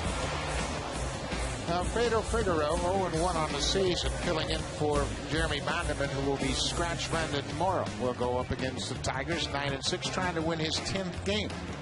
If Morrow were to win his 10th game tomorrow, it'd be the first time the Blue Jays had 4 starters with 10 or more wins since 2007.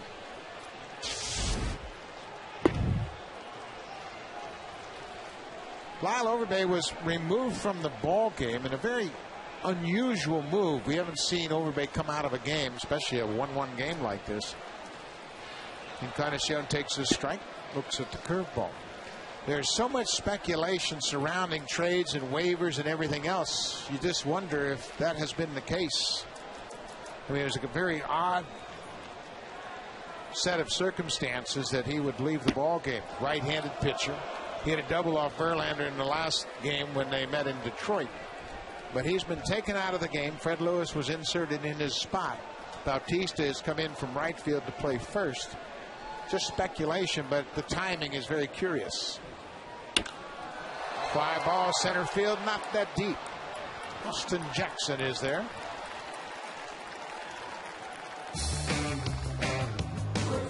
Could win an all-new Honda CRZ and other great prizes when you vote for the Honda Play of the Month. Vote today at BlueJays.com. So no official word from the Blue Jays about an injury or anything like that. I know Overbay's got a little bit of a shiner on his face when he ran into Talent the other day, but that hasn't stopped him from playing. No, and obviously we didn't see anything that might lead you to believe he was injured during the course of this game. But it's very curious timing. Of course, now the teams are trying to fortify their rosters as they head into the month of September. Manny Ramirez reportedly has been claimed by the White Sox from the Dodgers. He was not in Chicago as far as we could find out tonight. But I'm sure we're going to see a few more before the 1st of September. A ball and 2 strikes. Rosters have to be set by August the 31st for the playoff teams. And there are a few playoff teams. Wow. Lots of choices. Curveball misses downstairs. In the National League wild card race, there are 6 teams within 6 games of the wild card. 2-2 curveball, strike 3. Verlander has cranked up the strikeouts, struck out the side last inning. Now he gets Snyder here with a good curveball. Starting to use that curveball a little bit more. Struck out the side last inning and now freezes Travis Snyder as he gives up on that curveball. Catches plenty of the plate. Number 5 tonight.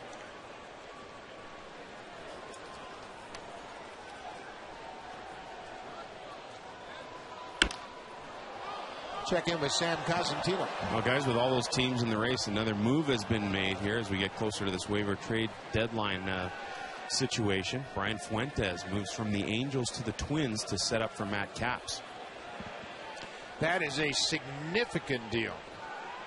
Brian Fuentes, who is the closer for the Angels. Matt Capps done a great job. He picked up a save in last night's game. And getting Brian Fuentes, they have Majerus, who's hurt, Denny Reyes, who was there before. Mayhay is out for the year with torn rotator cuff. They lost 2 left-handed relievers this week. Yeah, that's a big move and a timely one for Minnesota. Look out. Curveball inside. Just got away from Verlander. Fans reacting, but Escobar not reacting. Nowhere to go. No. Ball is following him. Breaking ball.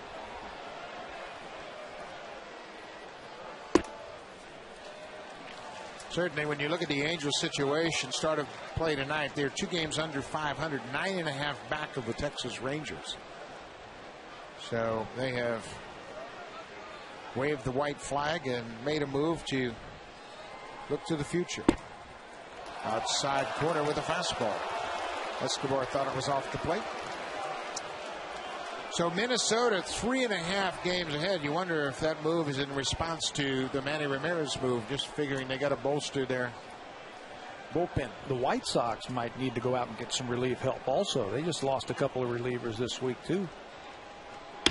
Fastball into right center. Base hit Escobar. Jackson gets over to cut it off. 2-out single. Second hit. Just the second hit that Verlander is allowed. A line drive by Escobar. And it gets Bautista to the plate with a runner on base. 97 RBIs along with 42 home runs. Last time Verlander challenged him with fastballs. Came right back with a fastball at 98.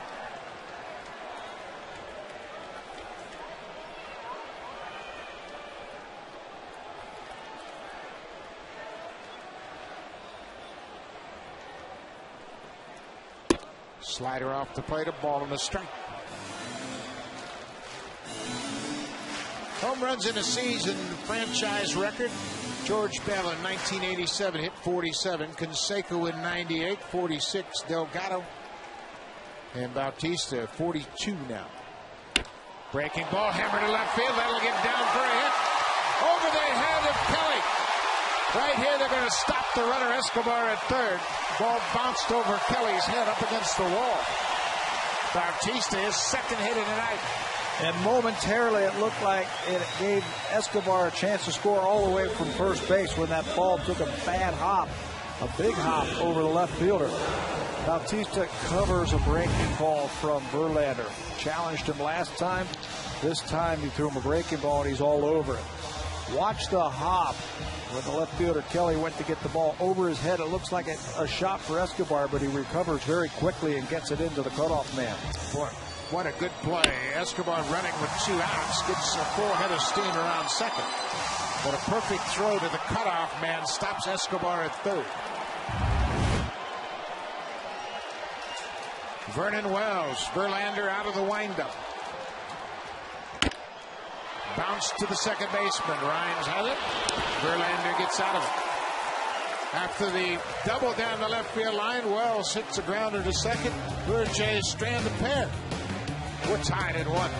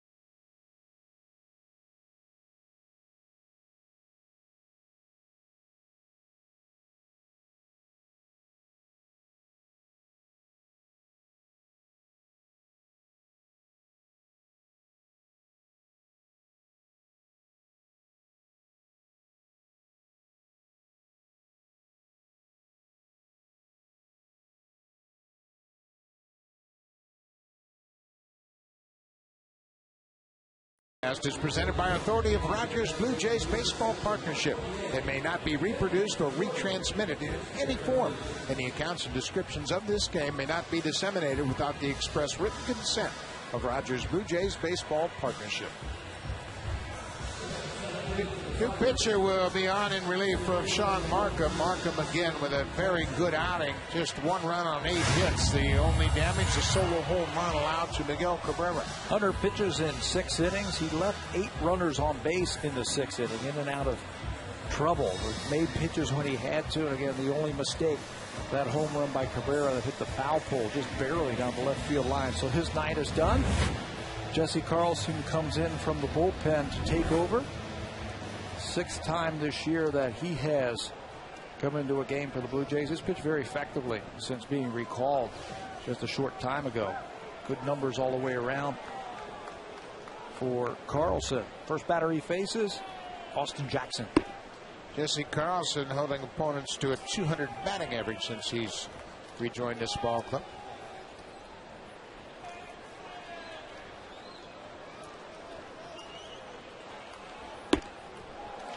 Jackson laid on a fastball, a ball in the strike. 7th inning, a 1-1 ball game. We talked about it in our open. The 2 marquee players in this game, Jose Bautista, Miguel Cabrera, doing their thing. Each have hit a solo home run. And both Markham and Verlander did their thing. Verlander, 1 run on 3 hits allowed. Markham, 1 run on 8 hits. Different style of pitcher, same result. A 1-1 ball game.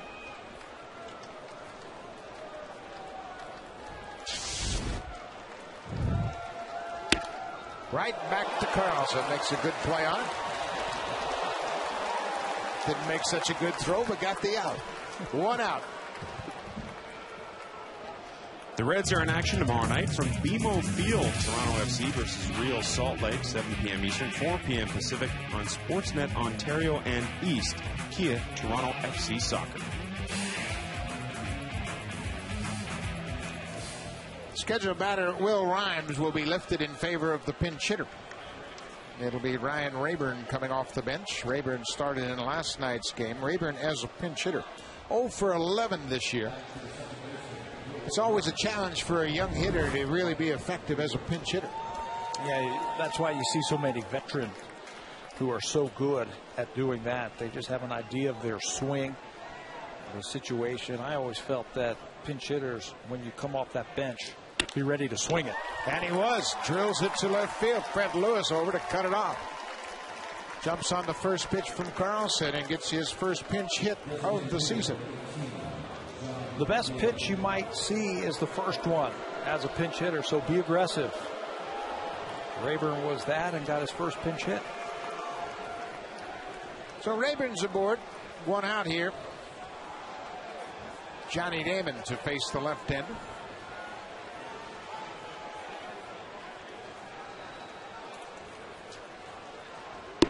First pitch strike. Damon, a .286 hitter against the lefties. .264 against right-handers. He will handle that ball away from him and serve it into left field.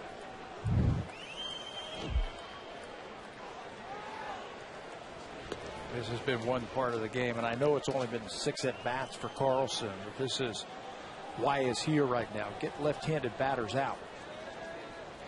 He has faced them 6 times this year and hasn't given up a hit yet. Tough to pick the ball up from the left side from Carlson, the way he comes down and hides it. Good breaking ball. Out in front, 0-2.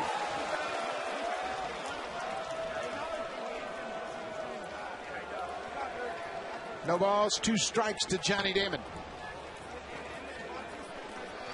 Ryan Rayburn at first.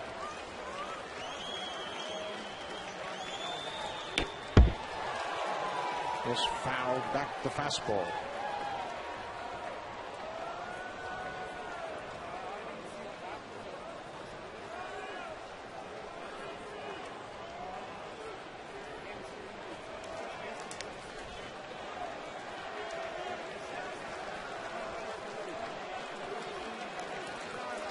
Another 0-2 pitch to Damon.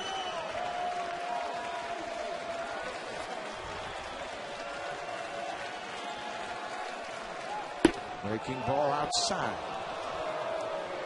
Big sweeping breaking ball, tough on left-handed hitters. You got to really stand your ground against a left-hander who starts from the first base side of the pitching rubber bends down and throws across his body. Almost looks like he's trying to throw the ball behind you. Got to stay right in there. Broken bat up the first baseline. Carlson, first base in time to retire Damon. Rayburn moves to second on the out. Well, he stayed right in there, but that fastball was just bearing in on his hands. Damon hits from an open stance and tries to check his swing, but that ball right in on his hands breaks his back. Good job by Carlson to create a throwing lane for Jose Bautista. Carlson comes off the mound, throws it on the inside part to record the out over first base. So Johnny Damon is retired, and with the first base open, they're going to issue the intentional walk to Miguel Cabrera. 27th intentional walk to Cabrera. Cito Gaston looking at the matchup sheet. Brennan Bosch, the young right fielder, was the scheduled hitter, but now Ramon Santiago is on deck swinging a bat. That ball popped right off the glove of Buck, but Rayburn is at second. Those 27 intentional walks will lead the American League. Far, far away from the Major League record for most intentional walks in a season. 120 walks to Barry Bonds. That's incredible. Intentional walks 120 times. So Cito Gaston has walked Cabrera. Now he's going to the mound, and he has made the call. He's going to call upon Jason Frazier. Well, you got Downs is ready as well, but it looks like Frazier will come out of the bullpen. Santiago has been announced into the game, so it'll be Jason Frazier coming out with 2 outs and 2 on.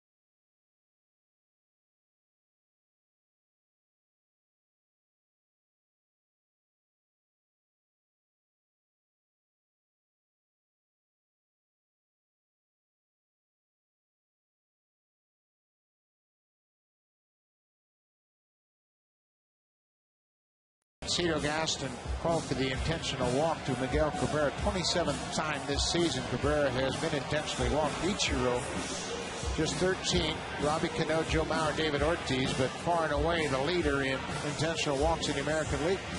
You pick one guy in your lineup, you say this guy is not going to beat me. And when that first base opened up on that check swing ground out,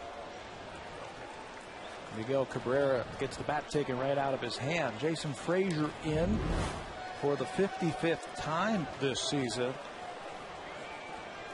3 for 7 with save opportunities. Frazier has held lefties to a .270 batting average as Santiago switches over to that left-handed batter's box. Cut on and missed on the first pitch, 94 miles an hour. Santiago started second base last night and had a couple of hits. He was 2 for 5 and scored a run. He is their team's best pinch hitter. 4 base hits this year for Santiago, coming off the bench for Jim Leland. Good fastball. Frazier out in front, 0-2.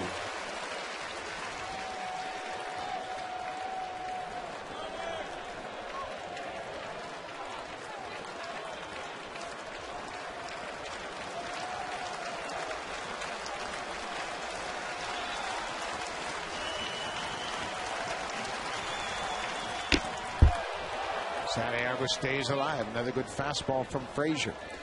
Top of the 7th inning in a 1-1 game. Tigers with 2 on. Ryan Rayburn with the pinch hit single. He's at second.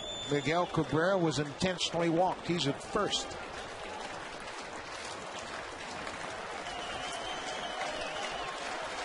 Oh, 0-2 pitch to Santiago.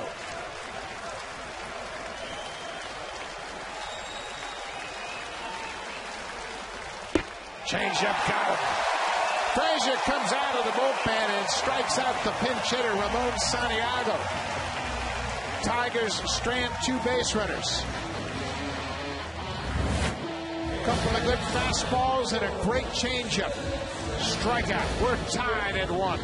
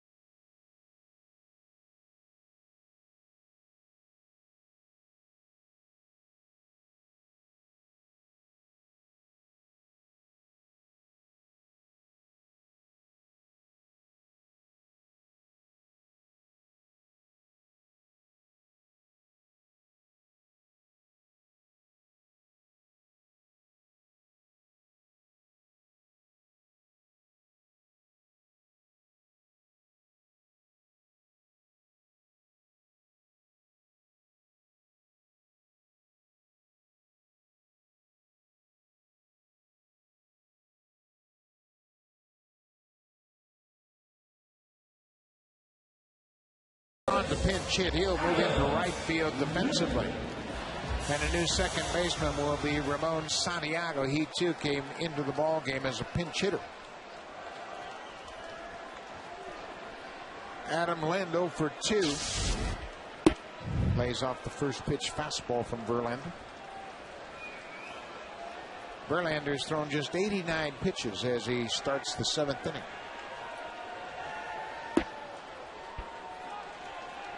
Two balls and no strikes. That was the count Bautista had in the 4th inning when he hit the home run.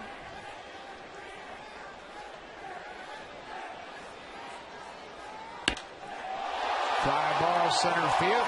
Jackson back at the track, at the wall, gone! A 2-0 fastball from Justin Verlander.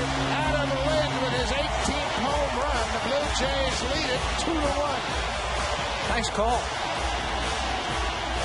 Bautista homers on a 2-0 pitch, and Adam Lind does it. You know what the key to that swing for Adam Lind is? He didn't cut his swing off. Watch the barrel of the bat.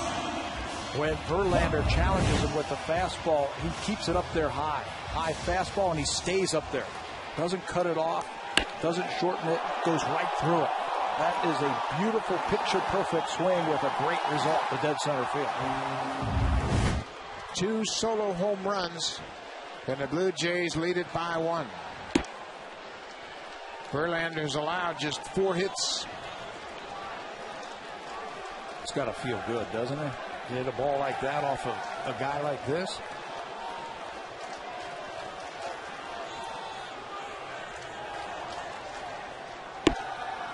Slider for a strike. Verlander, 2 home runs allowed tonight, just 14 on the season. This is his 27th start.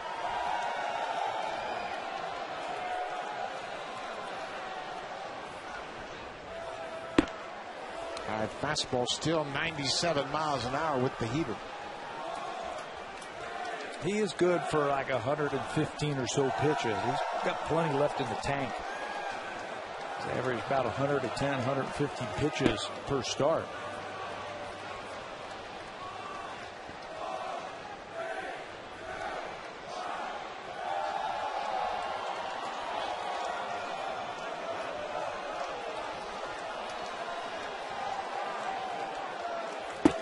Slider, Buck goes down. Third time tonight, John Buck has struck out against Verlander.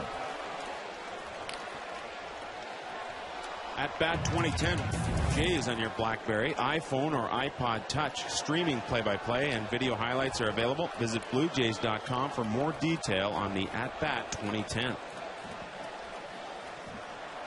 Well, Fred Lewis will bat for the first time. He took over for Lyle Overbay and moved into left field. We have been informed Overbay was lifted from the ball game because he was under the weather.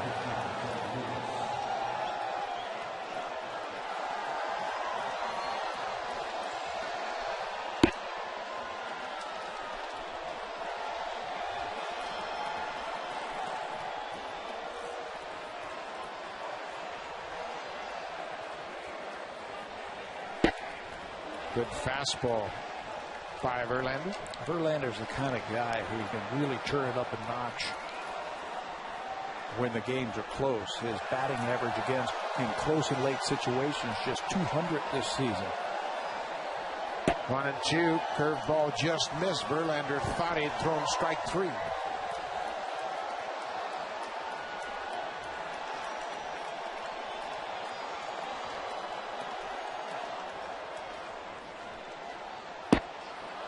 Puts something off and gets Fred Lewis. 7th strikeout of the night for Verlander.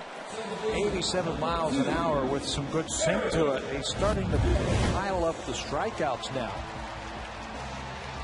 Funky swing right there from Fred Lewis on that pitch from Verlander. That'll also get that pitch count up for him. Now up over 100. Here's Verlander.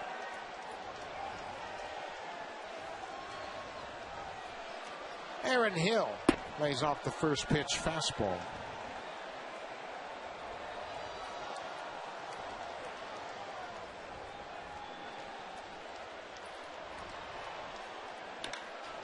Drill to left center. Nobody's going to get this one. Kelly can't make a play. It's off the wall. Hill around first, headed for second. A 2-out double for Aaron Hill. Rogers Center was still abuzz after that home run by Adam Lynn. And Aaron Hill is going to add to it. This is a fastball right in his sweet spot. That's a good short swing right there from Hill. If he could have got that ball up, that's going to be gone, but he'll take a double. Just the 5th hit tonight for the Blue Jays. Big insurance run in scoring position now for Edwin Encarnacion. 0 for 2 tonight.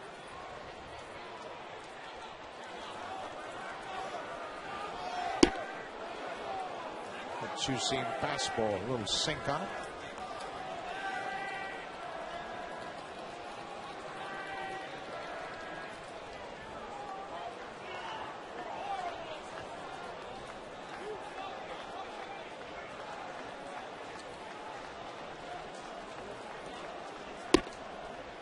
Encarnacion lays off the slider. With 2 outs, Hill's going to have to get a good jump on a base hit. The outfielders throw well.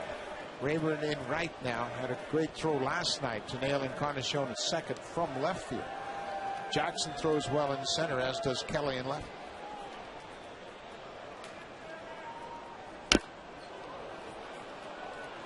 Now that ball right at home plate. 7 outfield assists for Jackson. Kelly gets to the ball quickly and unloads it accurately. There's the young center fielder for the Tigers. Secondary lead when Verlander picks up that front foot. You've got to get your momentum headed to the next base. A ball and 2 strikes, 2 outs. Way up and away.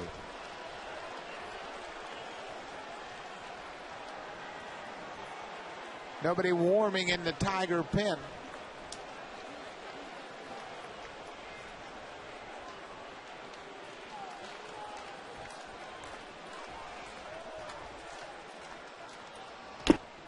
Slider from Encarnacion chases. 3 strikeouts in the inning, but another solo home run off the bat of Adam Lind. The Blue Jays lead it 2-1 after 7.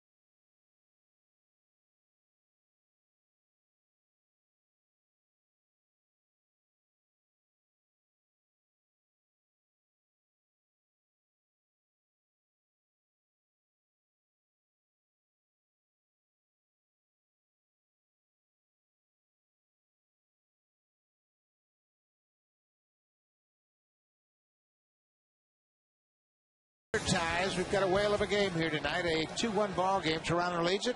3 solo home runs hit in the game.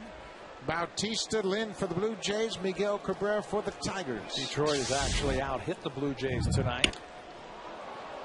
Johnny Peralta pops it into foul ground. Jose Bautista, now the first baseman, makes the grab. 1 out in the 8th. They've out-hit them 9-5. Those home runs, the bullpen trying to make that stand up now. Cedar Gaston has come out of the Blue Jays dugout. He's made the call for the bullpen. He's got Scott Downs ready. Don Kelly is the scheduled batter. Jason Frazier with a good job. Got the strikeout at the end of 7. When we come back, it'll be Scott Downs protecting a 2-1 lead.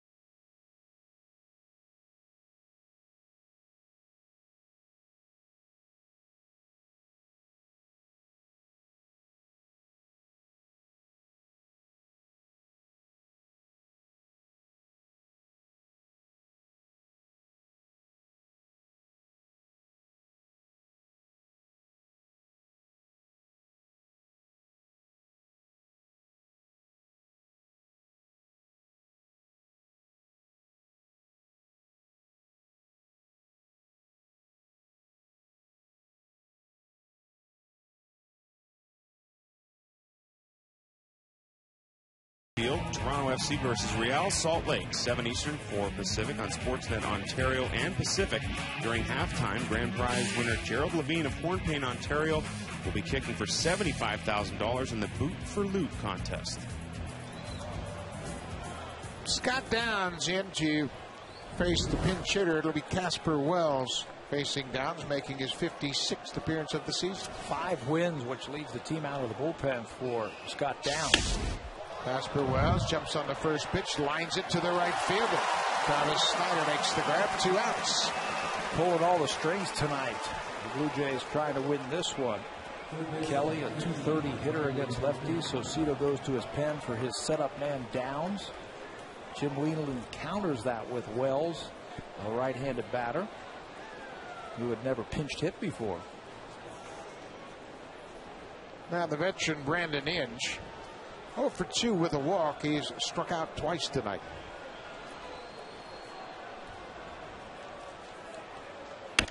First pitch swinging, pops it over near the wall, but it'll drift back into the seats.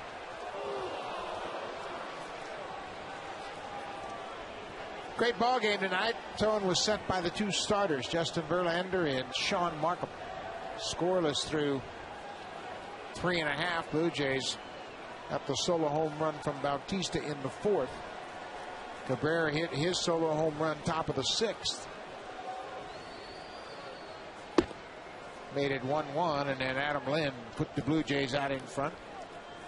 Bottom of the 7th inning, a solo shot to center. Lynn's 18th home run of the season. Following our script that we wrote at the beginning of this game. Great pitching matchup and the power. Inge to right center. Long run for Snyder. Back on the track. Can't catch it. Inge around second, headed for third. Throw is cut off. And Inge ends up at third base with a 2-out triple. Snyder got back to the wall. Looked like the ball may have gone off his glove, but couldn't make a catch for Inge, his 5th triple of the season. It looked like Travis Snyder got there and then overran the ball a little bit. And when he went to look for where the wall was, took his eye off the ball just for a second and moved on it. Inge smokes the ball to right field. You see Snyder look for the ball, look for the wall, and it goes right off of his glove. Inge sees that ball's rolling around out there, and he's going to make it all the way to third base. They have scored it a triple for Brandon Inge. 2 outs. Alex Avila takes a pitch inside. Avila 1 for 3 tonight.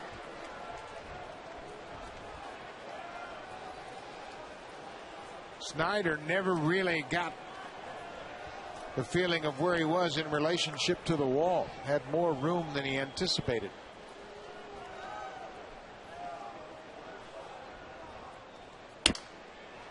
Broken bat to second base. Hill with a good play on the short hop. Avila's retired. Inge with a 2-out triple. Downs strands him at third. Blue Jays up 2-1.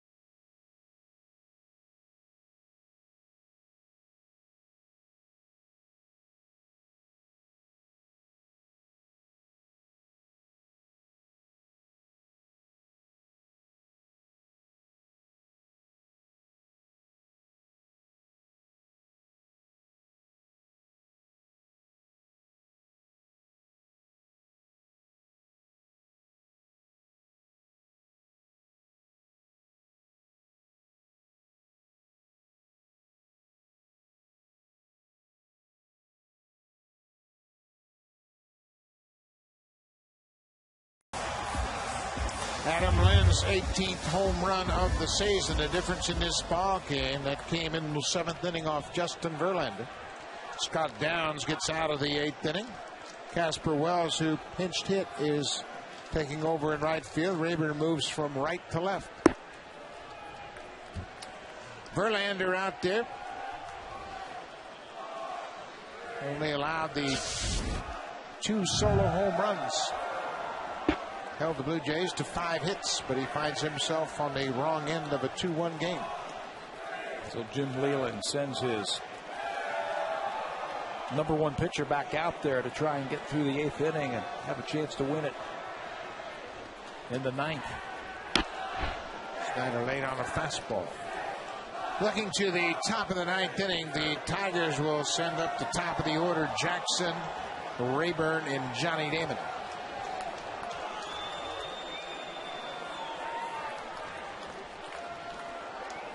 One ball, 2 strikes to Travis Snyder.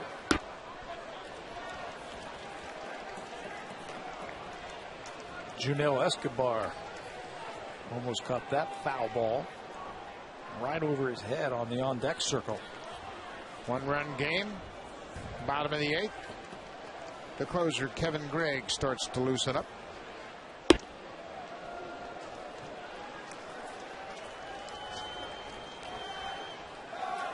Snyder started the game in left field, was moved to right field in the 6th inning. 2-2 pitch, curveball, capped foul.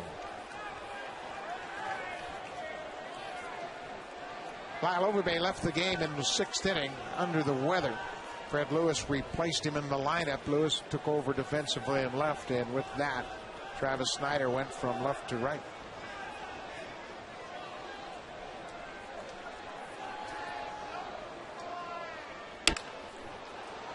On the ground, second base, Santiago has it, and Snyder's retired. 1 down here in the 8th. Verlander still going strong with that good fastball. That time he got Snyder out front with a changeup. Still using all those pitches. He's one of the premier pitchers in all of baseball out there trying to keep it a 1-run ball game. Junel Escobar has hit the ball sharply twice tonight. Line went over the second baseman's head in the 6th inning. High slider misses upstairs.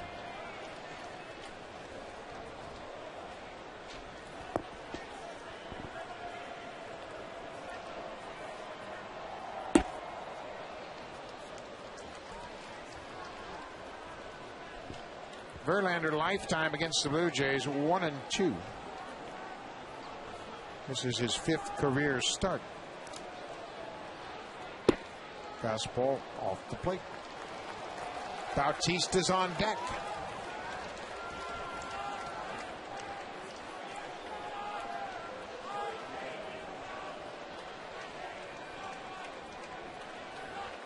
Verlander has thrown 118 pitches tonight.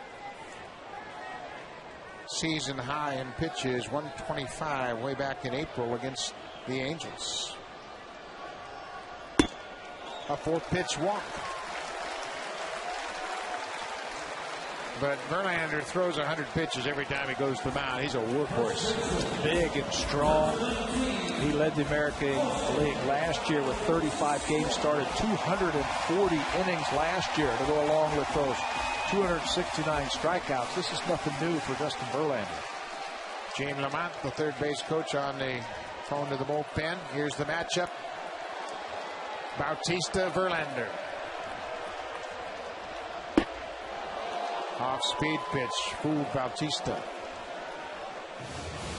Perfect night tonight, 2 for 2, solo home run, a double and a walk. Average up to 264. Outfield is deep for Bautista. Another off-speed pitch. Big gap in right center field. Bautista doesn't just pull everything. He is, for me, a gap-to-gap type of hitter. If you throw him away, he can smoke a ball from that gap in right center. Down the right field line, a long run for Wells, and he's not going to get it. Casper Wells just into the ball game. Ball was hit off the end of the bat and flared down the right field line.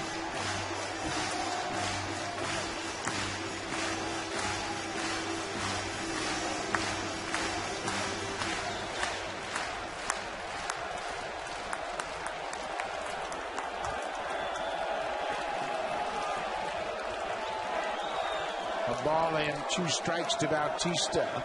Escobar at first, 1 out. Verlander's not quite sure of the pitch. Stepped off the rubber. I'm thinking about Escobar maybe trying to steal here. Verlander's given up 21 stolen bases this year.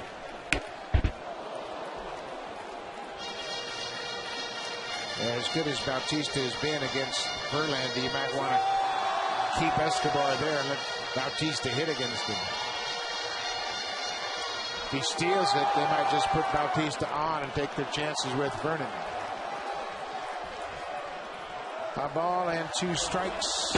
Down in the dirt, blocked by Avila.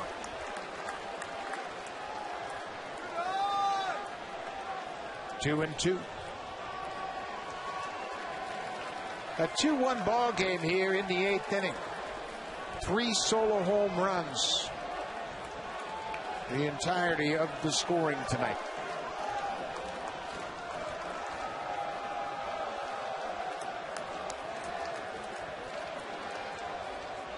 Breaking ball lifted into center field.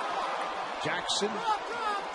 And Escobar didn't know how many outs there are, and Jackson didn't pick up on it. Escobar got all the way to second base and forgot there was just 1 out.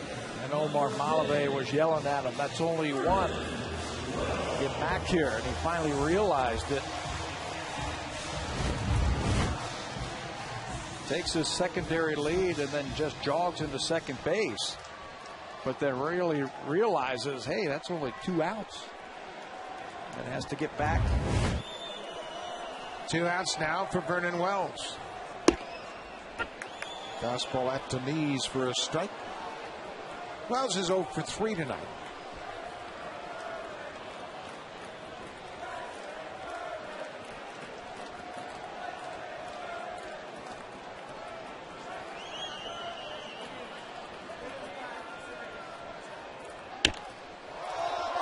Pops this one up into right field. Casper Wells over and makes the grab. Verlander strands another base runner, but he finds himself trailing a 2-1 ball game. It'll be Kevin Gray coming on looking for the save. Top of the Tiger order when we come back.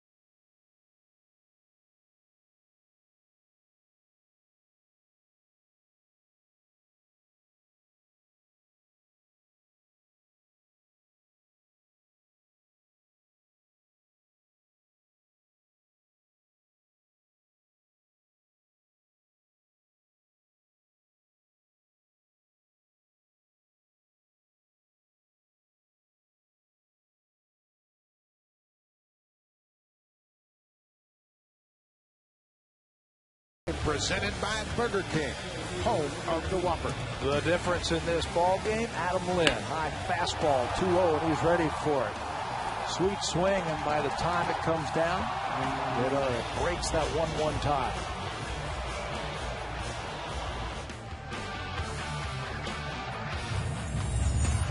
Visit BlueJays.com/Burger King to register for a chance to win prizes with the Burger King Super Fan Contest. Austin Jackson to the wall, off the wall. Jackson around second. He's headed for third. The relay throw misses the cutoff man, and Jackson starts things off with a leadoff triple. His 8th of the season.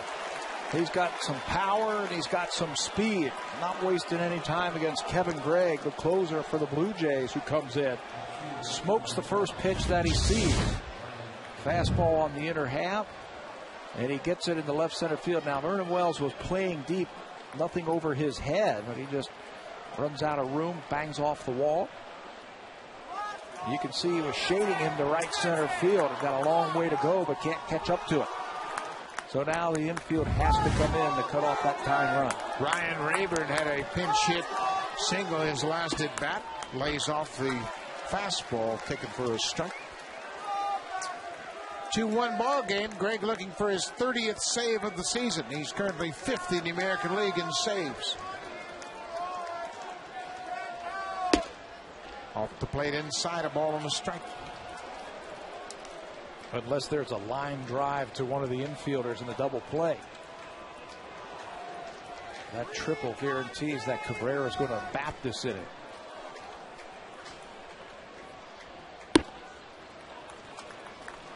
Tigers tonight really haven't been productive in these situations. They are 0 for 9 with runners in scoring position tonight.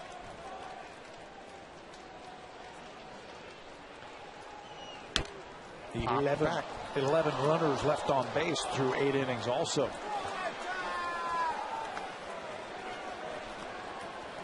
.29 for 33 in save opportunities for Kevin Gregg this year. That opponent's batting average at .213. 2 balls and 2 strikes. Jackson at third. Nobody out. Jammed him right in on his hands. Kevin Gregg's done a great job as the closer. When you think about how consistent he has been, he has had his moments. He had a couple ugly games early in the season, but the chance to pick up his 30th save here. Everybody has. You know, even the great closers have those moments where they melt down.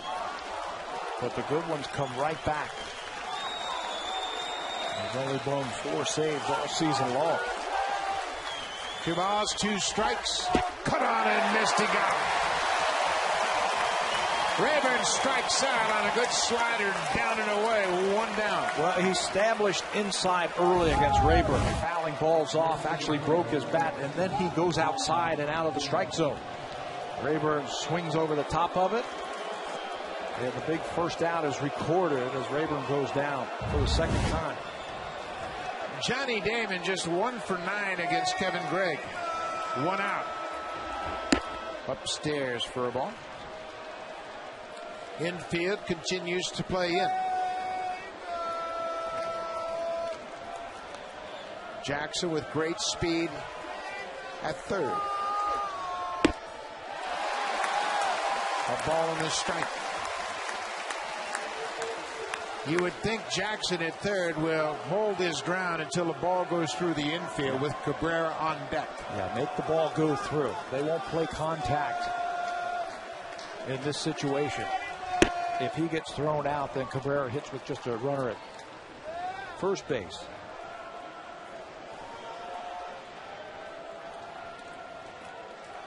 Two balls and a strike. Upstairs, cut on and missed. It's obvious the game plan against Damon. Elevate the fastball.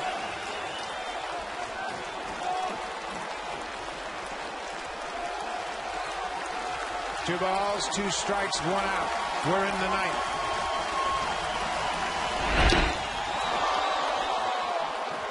Check in with Sam Cosentino. right after the game for Sportsnet Connected with Ivanka Osmak and Damian Goddard. Will update Steven Strasburg as well as round 2 from the Barclays where Tiger is in the hunt. Get connected right after the game.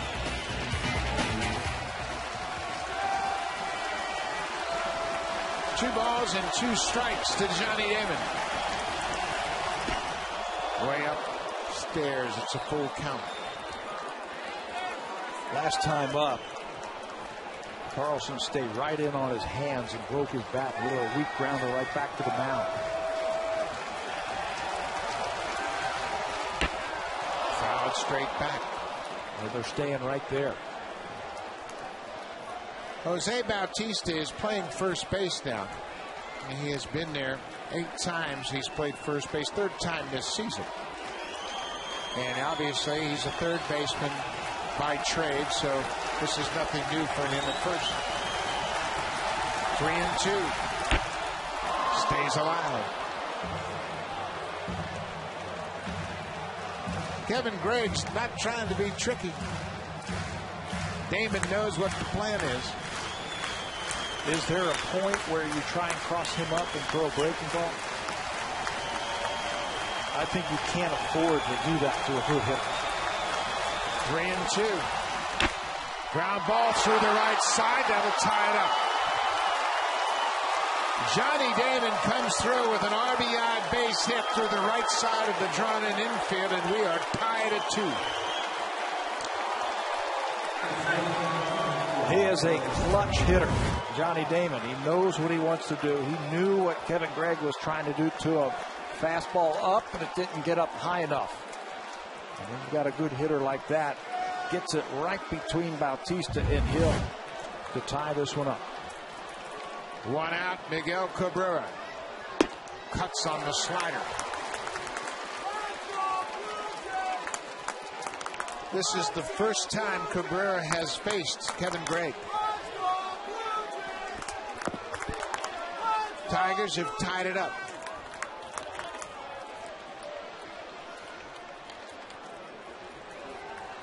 You've got to respect the power of Cabrera. Nothing over your head. Look where Fred Lewis is.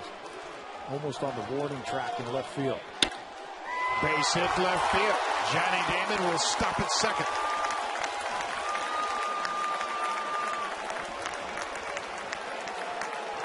Cabrera's been on base 4 times. He's homered, walked twice, and now he's singled.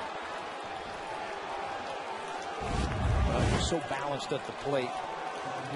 Stays over the ball, and if you go inside, he can make you pay for it. Ball was down, so he hit it on the ground.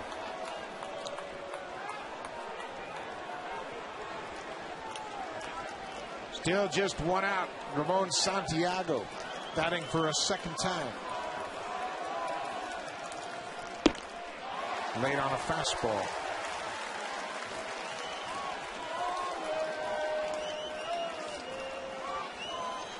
Santiago pinch hit in the 7th, struck out by Jason Frazier to end the inning. Down and away. Sean Camp begins to loosen up for the Blue Jays.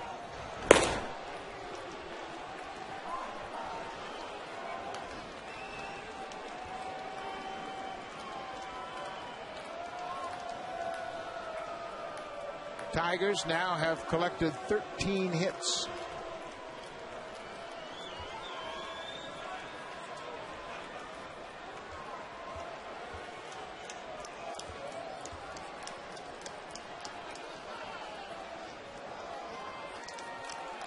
John Buck and Kevin Gregg couldn't get their heads together, so they'll talk it over.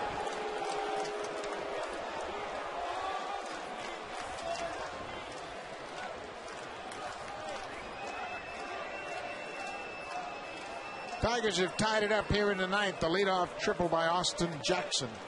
Tough to avoid the damage and the impact of a leadoff triple. With that kind of speed in the middle of the lineup, that comes up for the Tigers. Now, what you want to do now, okay, you've given up the lead.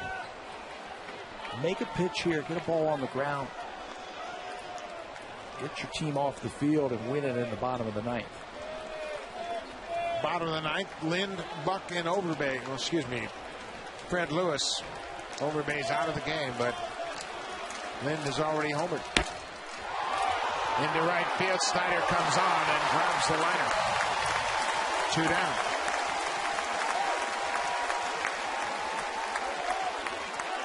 Hung up long enough for Snyder, who broke really well on that ball, to run it down. Well, Johnny Peralta will step in after Santiago lined to right. Runners at first and second. Damon, an excellent base runner at second. Cabrera at first.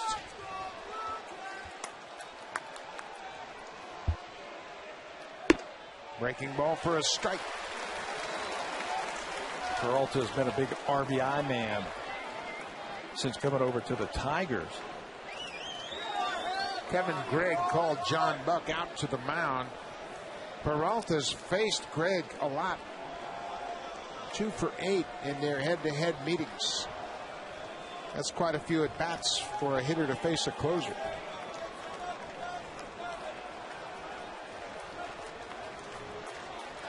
No balls and a strike. Breaking ball, foul outside of third. Gregg's ahead, 0-2. Peralta with 4 RBI in last night's game. That tied a season high. Cabrera at first, Damon at second.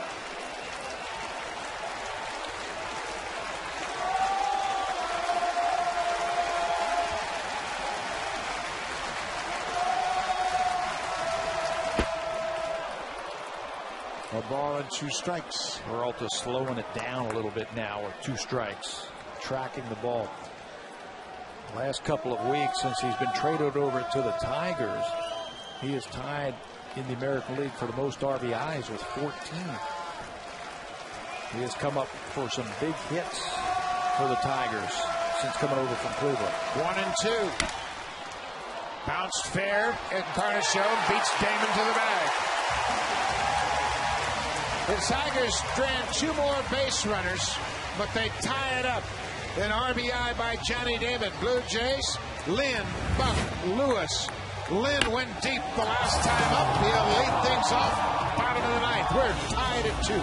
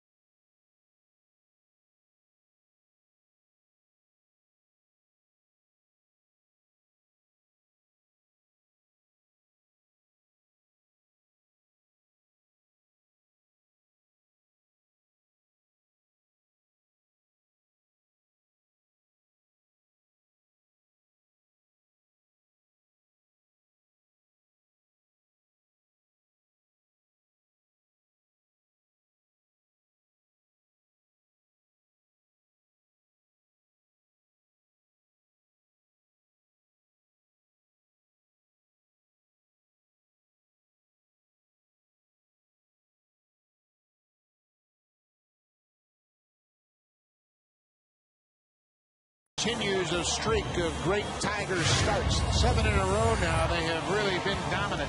Verlander was good and leaves with a no decision. Had 1 strikeout through 4 innings, but ended up with 8 of them. A couple of walks, that didn't hurt him. A couple of earned runs. Those were the home runs for Bautista. And Lynn, 127 pitches, which is a season high for Verlander. So he will give way now to the bullpen. After 8 very good innings, Brad Thomas takes over. Thomas spent the last couple of years in the Korean Baseball League. So the Blue Jays have seen him a couple of times this year. That was back in Detroit. He made 2 games, an inning, gave up a couple of hits to Toronto. Adam Lind takes a first pitch down and away for a ball. Lind went deep to center off Verlander his last time up. That put the Jays up 2-1 at the time.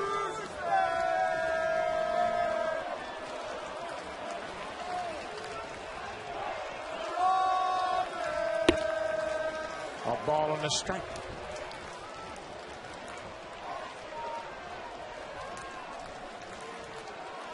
As advertised, a good ball game started by Markham and Verlander. 1-1 to Lind, down and away. Got to make him throw strikes. When his numbers popped up there, 26 base on balls and 21 strikeouts. Got to make him throw you a strike.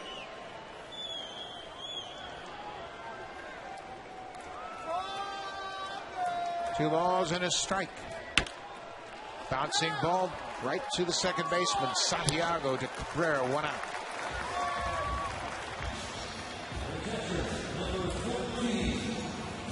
Jim Leland quickly out of the dugout. He's already called to the bullpen. Thomas gets his man. He was assigned Lind and he did his job. Tigers skipper out. And they'll go to the bullpen.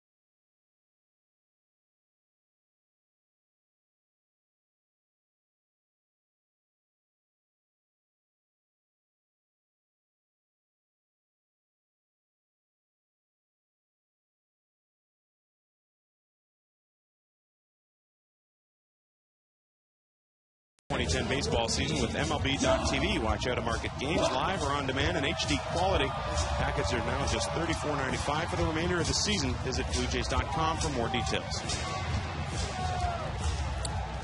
Hard-throwing Ryan Perry has come out of the bullpen. He will face John Buck with 1 out here.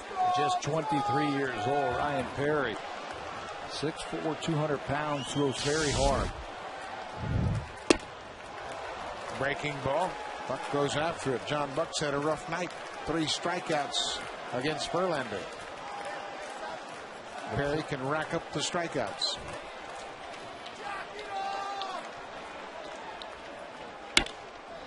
Base hit up the middle. A 1-out base hit.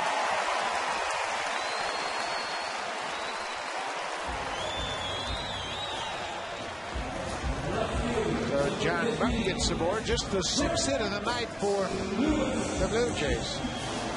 Cedar Gaston has some decisions. Do you pinch run to try and get a little bit more speed out there? If Lewis smokes a ball into the gap, you need a runner who can score, but he might be waiting for him to get in the scoring position. You don't want to burn a player if you don't have to. Fred Lewis lays off the high fastball. Johnny Mack is ready. See, he's got that helmet in his hand. He just came up from underneath there, getting loose. John McDonald, Dwayne Wise, the 2 potential pinch runners. Breaking ball for a strike. Cedar Gaston has already used 1 player off his bench. That's Fred Lewis, who came on in the 6th inning.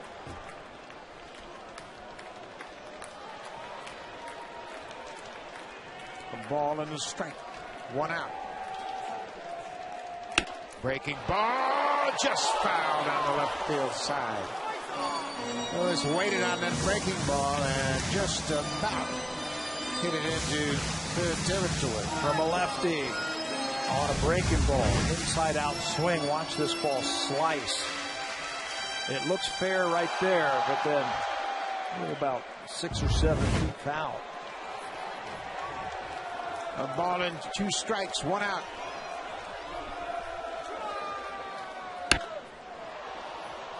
A shot down the left side, out of play. Blue Jays have seen their fair share of hard-throwing relievers over the last 10 days. Goodness. Java Chamberlain from the Yankees, Daniel Bard and Papelbon from Boston, and now Perry for Detroit. A ball and 2 strikes, another breaking ball. Lewis stays alive.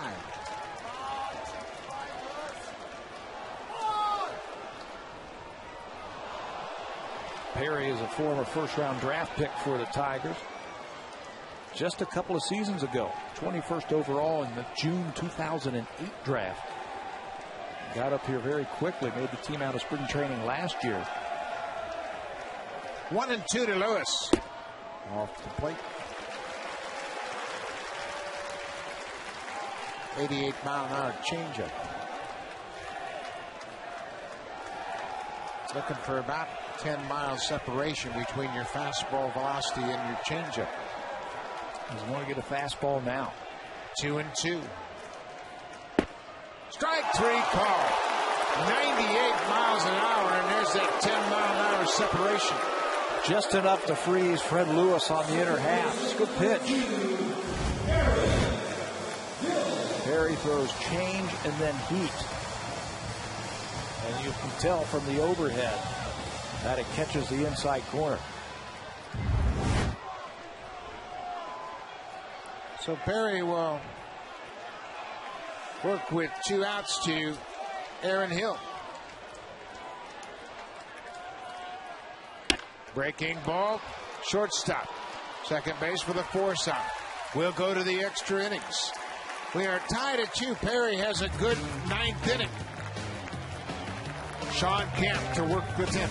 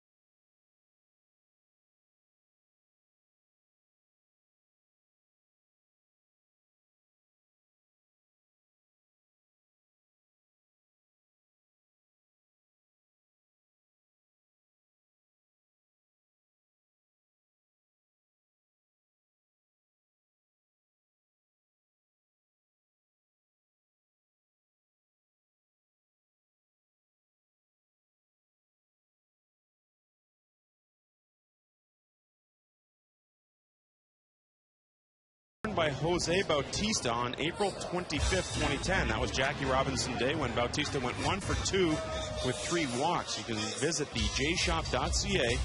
Bidding ends on Sunday. New pitcher to work the 10th inning will be Sean Kemp. 6th Blue Jays pitcher to work here tonight. As the Tigers tied it up with a single run in the top of the 9th inning. Good season all the way around for Sean Kemp, at ERA under 3. We saw him 4 days ago against New York. Just an inning, a hit, a strikeout in that game.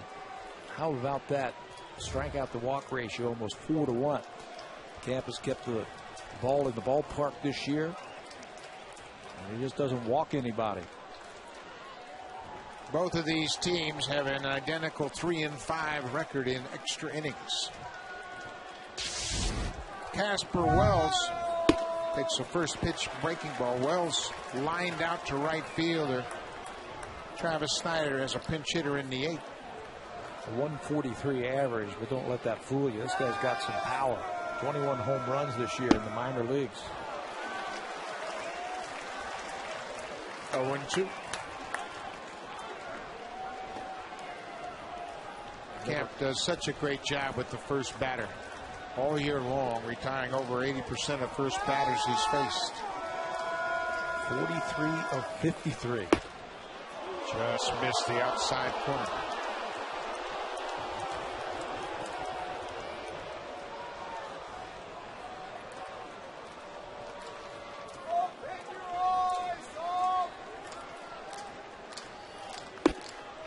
Tried it again.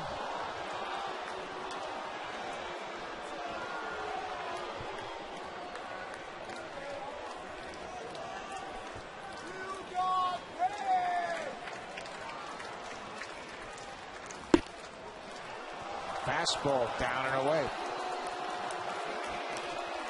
Wells has worked to the full count. And he's never faced Sean Camp before, so he might get a breaking ball here. Thinking that he might come right back with that fastball.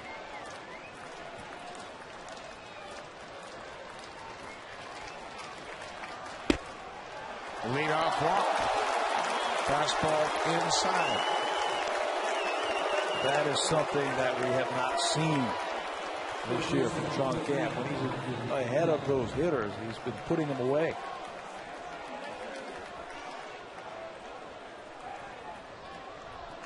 So the veteran Brandon Inge will bat. Inge hit the 2-out triple in the 8th inning, but was stranded at 3rd.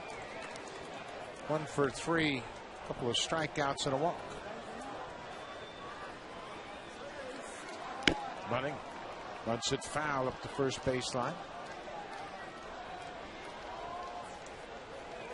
Don't be surprised if Jim Leland takes it off and plays hit and run right here.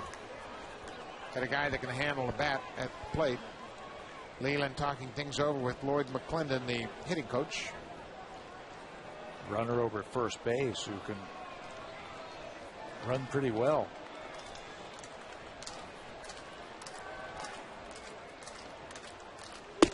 Breaking ball for a strike. Took the bunt off, but didn't put the hit and run on it.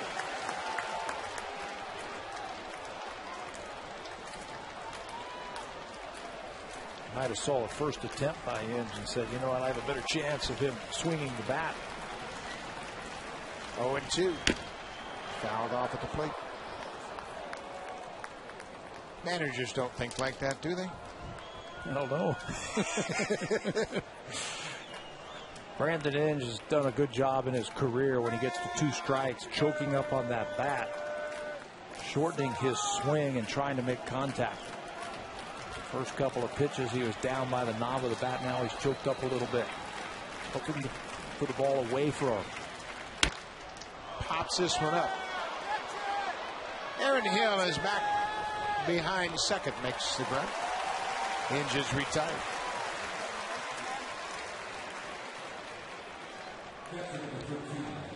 Inge couldn't advance the runner at first.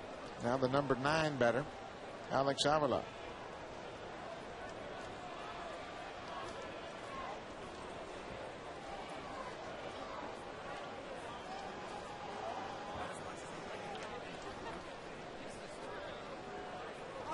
Tenth inning of a 2-2 ball game. Austin Jackson, maybe the biggest hit of the game, a leadoff triple in the 9th off Kevin Gregg. Came in to score the tying run.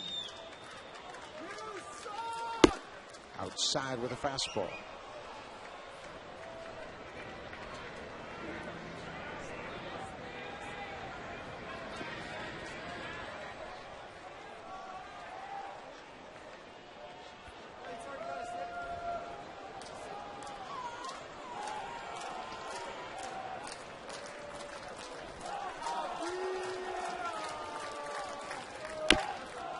Tipped foul up along the first baseline.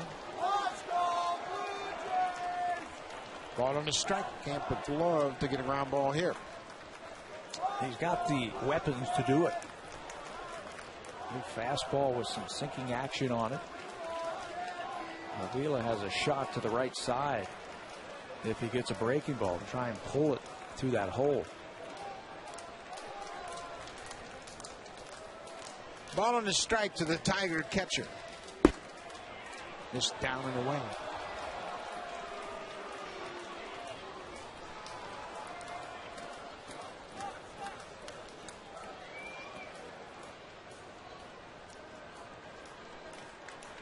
Bautista at first came on defensively, taking over for Lyle Overbay, who was taken out of the game.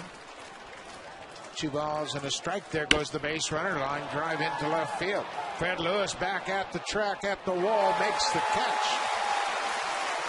Avila hit it hard all the way to the wall and left. Lewis may have got his spike caught in the fence as he went back up against the wall. And he was playing very deep. No doubles. That's why you play where Fred Lewis was playing. Watch him go back to the wall. Gets his back right up against the wall. Finds it. And that foot looks like he might have twisted his ankle.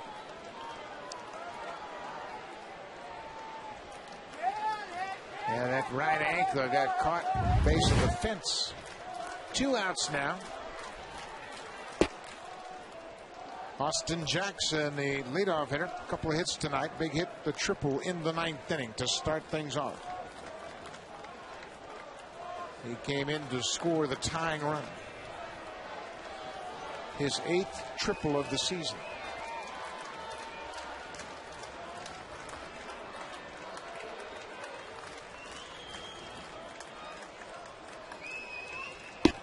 Outside.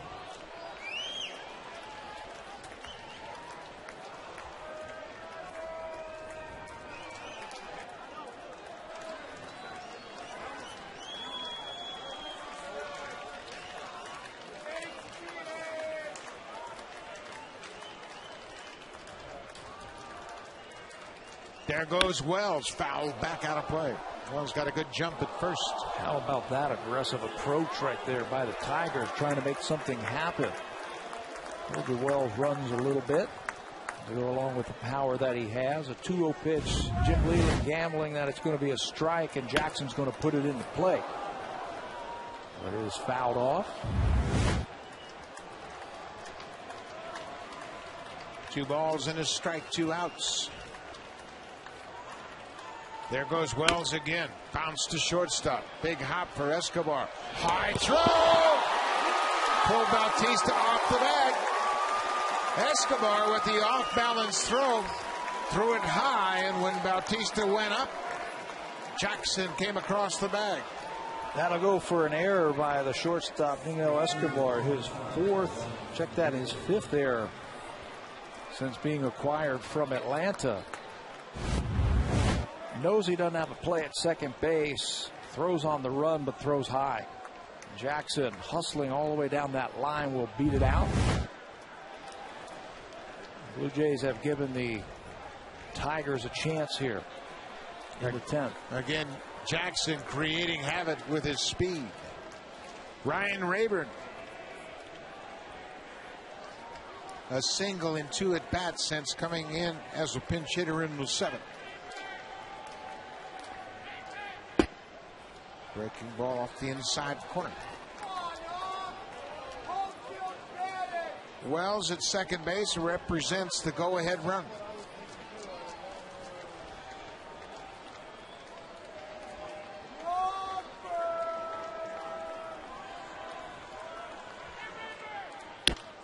Pulled foul. Tigers have 13 hits. They just haven't been able to deliver in the clutch. They've stranded at least 1 runner in every inning but the 4th.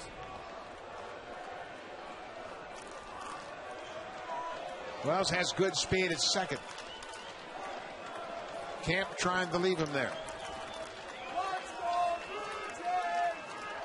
Infield playing very deep. Anything on the ground that's heading into the outfield, they are going to try and knock it down and keep it in the infield.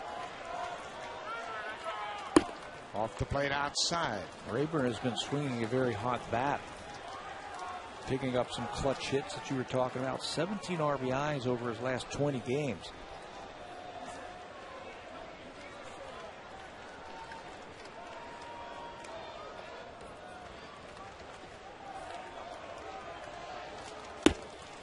Laid off the inside fastball.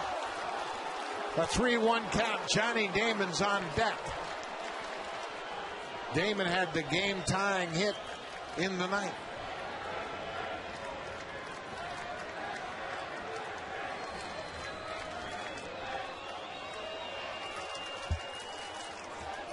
Three and one, 2 outs. Full count. First and second, runners will be off on the pitch. Full count. Wells at second. Jackson at first. Infielders getting their instruction that any ball hit to them will be over or across the diamond to first base.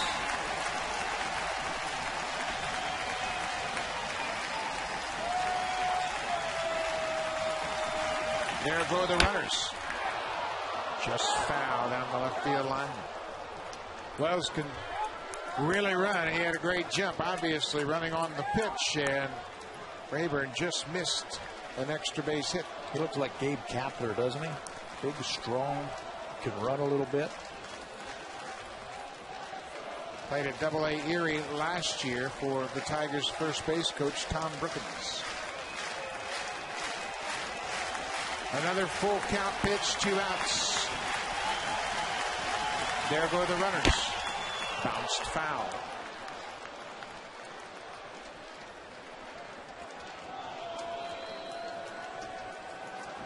Rayburn's putting up a battle here against Sean Kemp.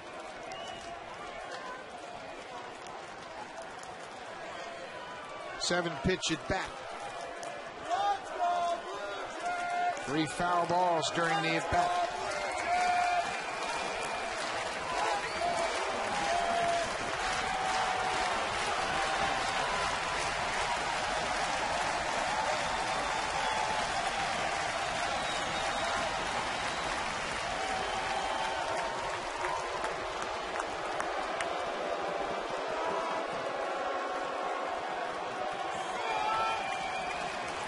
There go the runners.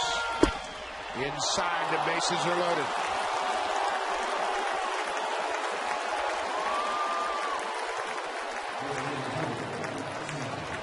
Good at bat by Ryan Rayburn.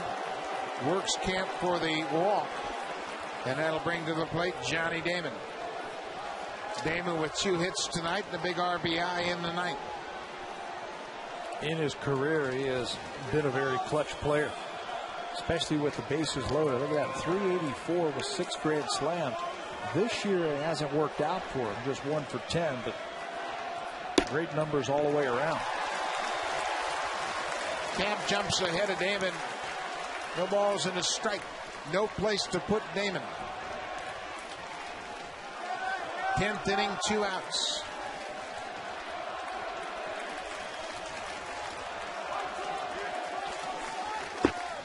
Down and away. 2 walks in the Escobar air have loaded the bases.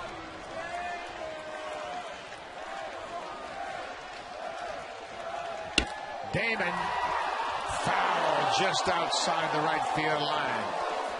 Ooh. We saw one down the left field line last inning. Now this time, Damon gets the bat head out just a little bit too quickly.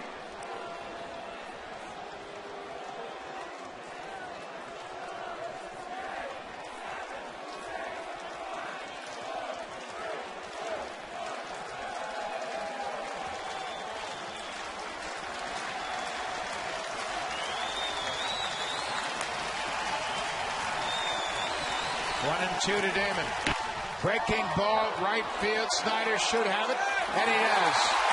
Sean Kemp leaves the bases loaded as Damon flies out to right. Blue Jays will bat, bottom of the 10th, tied at 2.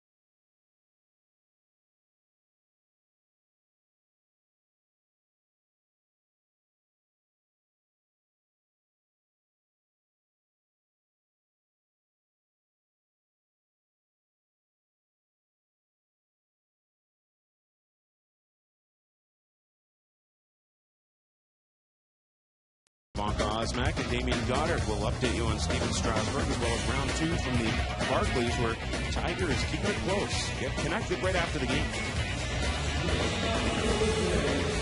And a heck of a game to break down. 2-2 here, bottom of the 10th inning. Friday night, Tigers won the opener. 7-1 behind Max Scherzer. Got another great start tonight from Justin Verlander. Edwin Encarnacion 0 for 3 tonight.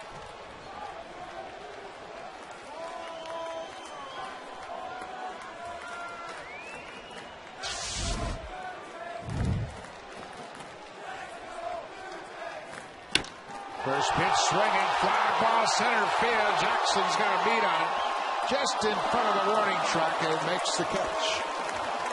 Encarnacion gave it a ride, but to the deepest part of this field. 400 feet to straightaway center field. He just didn't catch it out in front enough. I mean, you're talking about a microsecond that the Blue Jays have home run power up and down this lineup. They can end it with one swing. Travis Snyder 0 for 4. Breaking ball outside.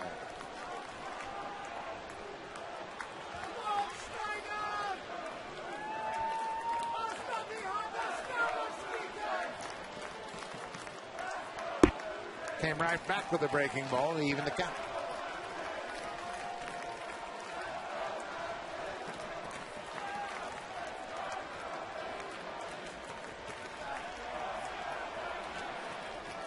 Off-speed pitch.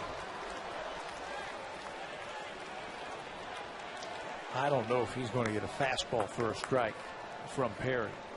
Word is that he can turn on it. If he gets one, it's probably going to be up or in. A ball and 2 strikes. Another breaking ball, swung on and missed. 2 quick outs here in the 10th.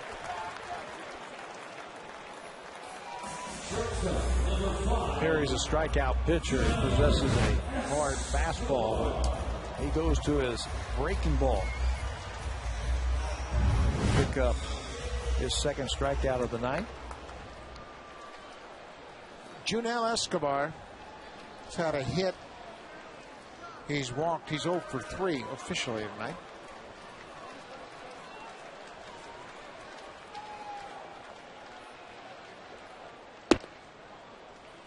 Perry's got a big arm, but has developed a very good breaking ball and a pretty good off-speed pitch. Good changeup.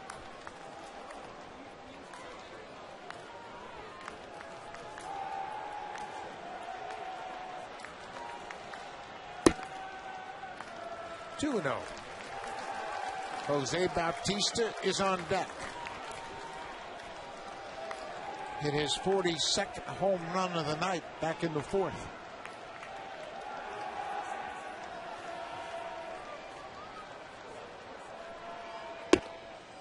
Three and 0. We saw the kind of power that Escobar has in Kansas City when he lit up the Royals for a home run. Figuring out some way to get on base for Jose Bautista. And he does. A 4-pitch walk. Not what Perry wanted to do. Now he's got to deal with the Major League leader in home runs. First baseman, number 19, Jose Bautista.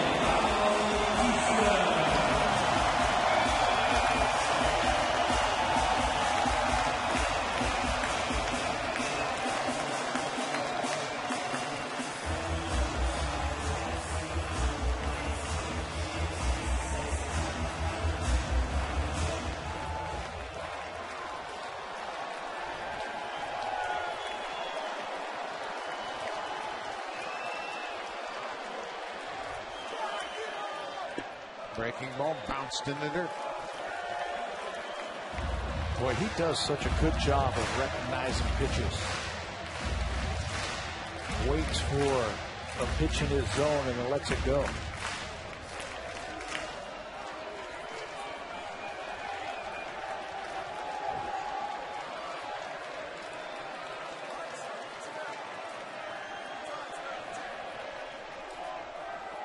In the dirt.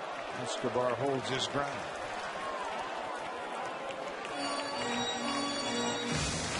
Just like the Tiger lineup, you got Cabrera in the middle of that lineup. You don't want him beating you. Same thing with Jose Bautista. Look at the numbers in the production from the 7th inning on.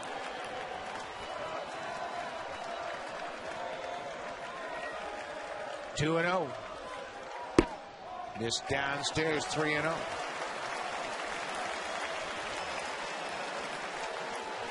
Vernon Wells on deck. Jim Leyland figuring out what he has to do here. 3 balls. No strikes. 2 outs. Escobar at first. Green light cut on and fouled off.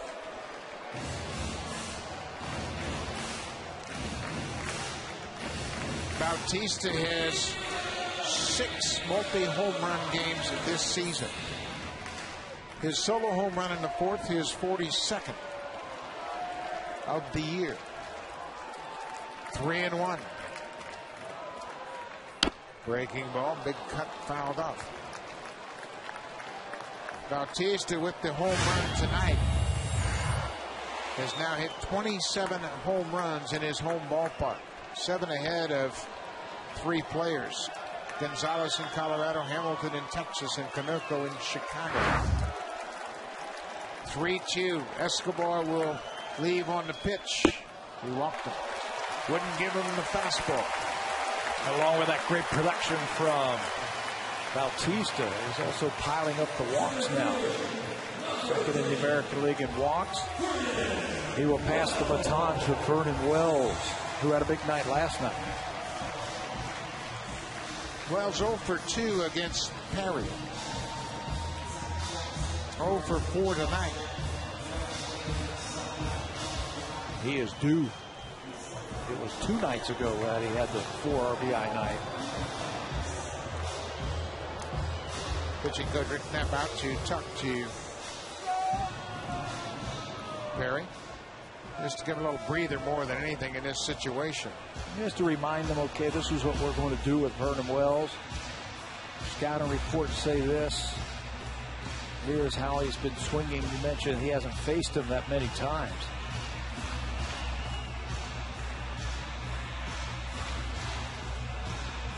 Also a chance, just in case he loses him, they've got a left-hander warming up in the pen just to buy a little bit more time for him to get loose to face Lynn. Bill Koch, the left-hander, loosening up. Perry came on in the ninth after one was retired. Lind on deck. That first pitch is always important to Vernon Wells. He has the second most hits in the American League on that first pitch. First pitch, breaking ball for a strike. Escobar at second, Bautista at first. Escobar, the only base runner that matters. 2-2 here in the 10th.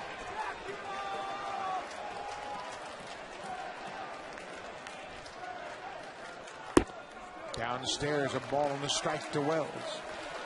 Secondary lead is so important right now for Escobar. Get out as far as you can. If Wells hits one into the outfield hard, you've got to take a chance in sending him.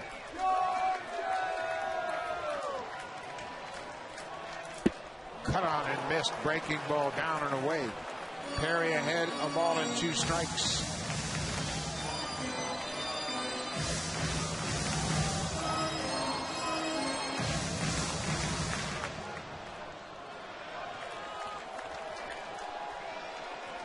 Escobar encouraging Wells from second. 2 outs. Bounced foul off his foot. The other night, Jose Bautista was at first base when Vernon Wells was at the plate and got him an RBI with some good hustle at second base.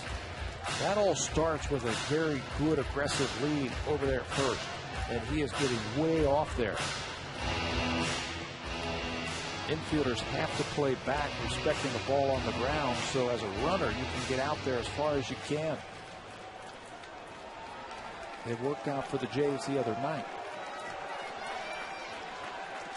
A ball and 2 strikes. Upstairs. Trying to get Vernon to chase that high fastball.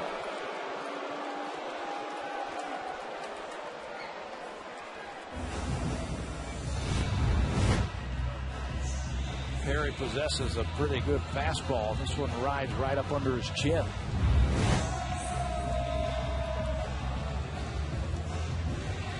Two and 2. 2 on, 2 outs. 2-2 ball game here, bottom of the 10th inning.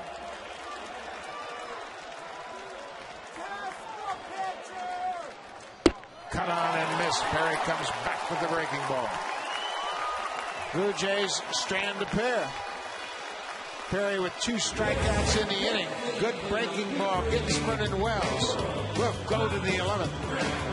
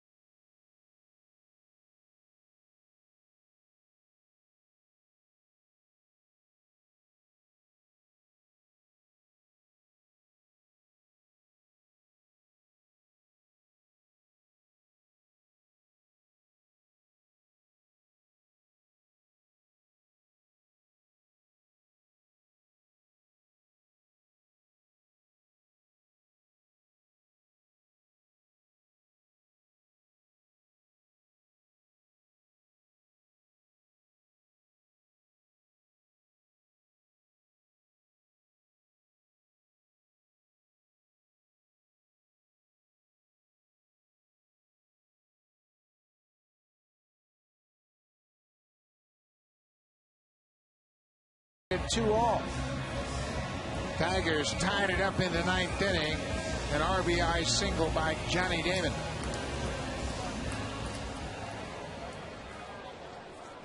Miguel Cabrera has had a good night at the plate. He's walked twice, homered, single.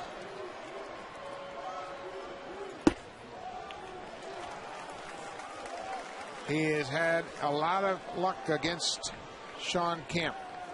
5 for 6 with a home run. Breaking ball skied to right field. Snyder coming in. Now he's under it and makes the grab. Cabrera's retired to start the 11th. Had him just out front a little bit. That change-up slider had him out in front. Messed up his timing.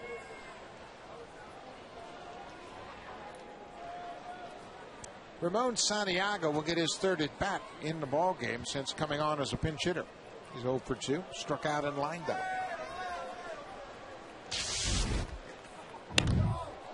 Down the right field line, this ball is hooking foul off the wall.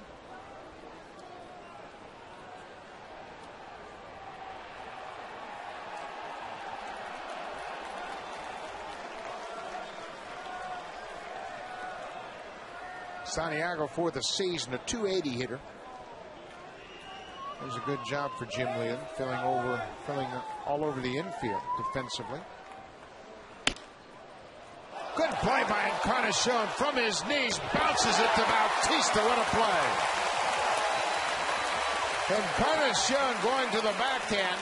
No, he didn't have time to get to his feet, so he threw from his knees. And he was very close, respecting the bunt from Santiago, about even with the bag at 3rd base.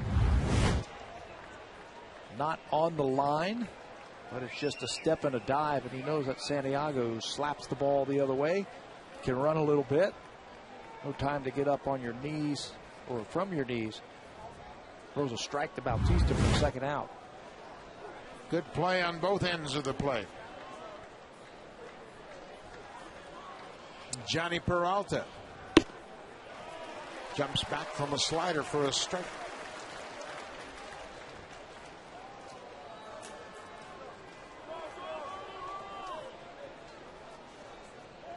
A double in the 2nd, a single in the 6th. Breaking ball, high fly ball left field. Lewis coming in. He's there and makes the catch. Good inning for Sean Kemp. A 1-2-3-11. Adam Lind will lead things off when we come back. We're tied at 2.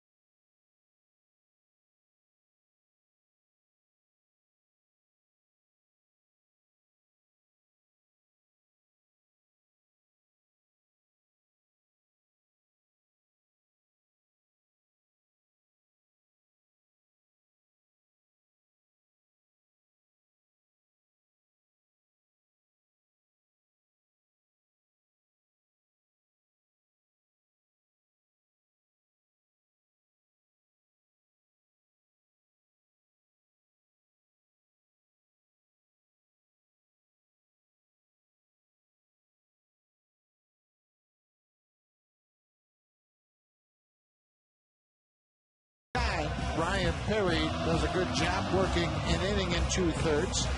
He turns things over now to the left-hander Phil Koch.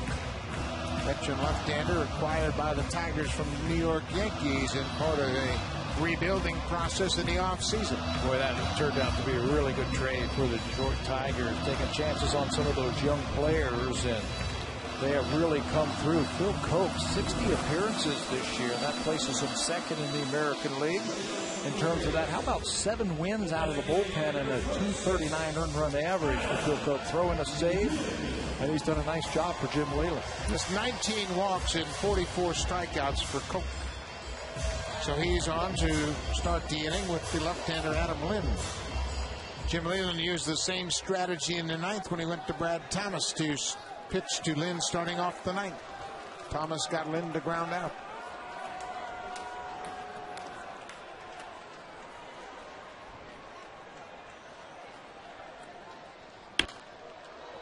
Popped back out of play.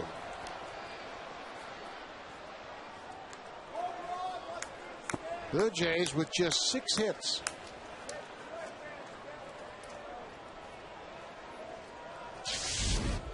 Adam Lind 0 for 6 against Coke.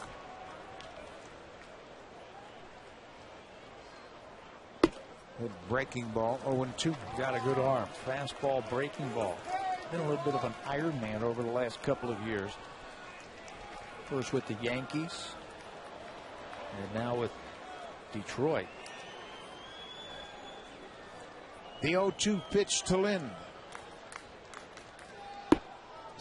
Down and away.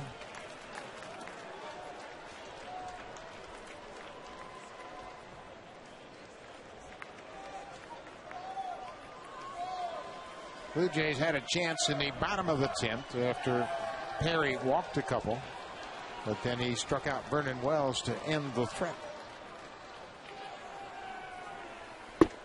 Strike 3 call. Another good breaking ball gets Lynn. Pope drops the hook on him. He's in a nice groove as Phil Cope. Only given up 2 hits over his last 5 times that he has appeared for Detroit. It's just tough on any lefty. Right on the outside part of the plate, it sweeps across the plate. 1 down. 12 strikeouts tonight for the Tiger pitching staff. John Buck 1 for 4. Off-speed pitch. Ball ran down and away. Well, they know he likes to swing at that first pitch, John Buck. Swings at the first pitch more than anybody in the American League. And they have dealt him off-speed pitches every time up tonight with that first pitch. Popped back out of play. Well, you look at John Buck's numbers offensively. 282, 14 home runs, and 53 RBI. He established a career high in runs batted in. 4 home runs off his career high of 18. 0-2. Base hit right field. Hit it off the end of the bat to a good spot. Winning run is on base.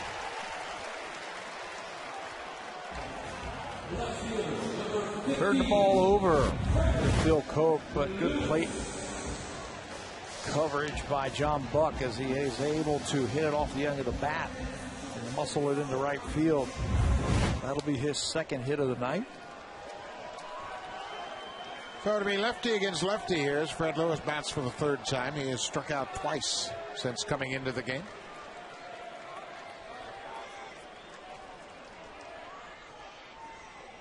Shortened up to bunt. Pull the bat back.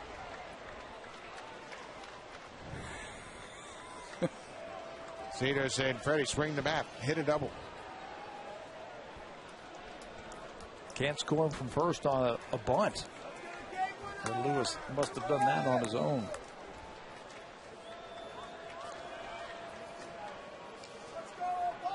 A ball and no strikes. Buck at first base.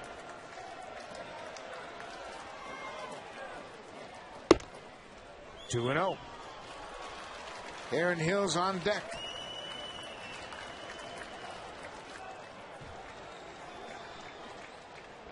Hills had a double tonight. He had a shot to the wall in left center. 2-0.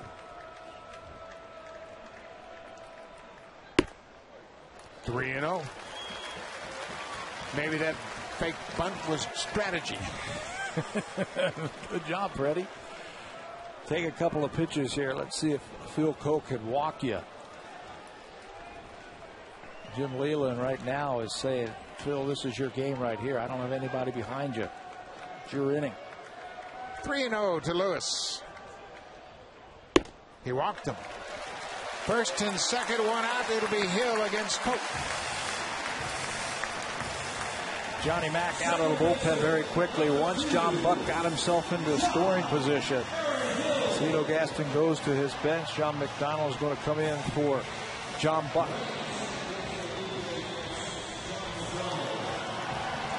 John Buck with a good night, a couple of hits and a big hit here in the 11th. John McDonald takes over as the pinch runner.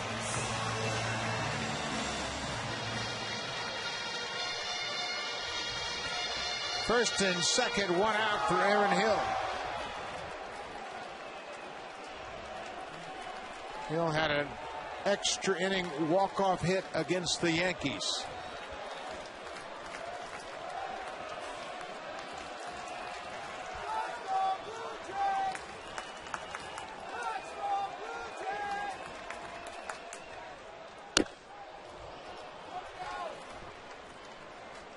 Off the end of the bat, off-speed pitch, just tapped foul.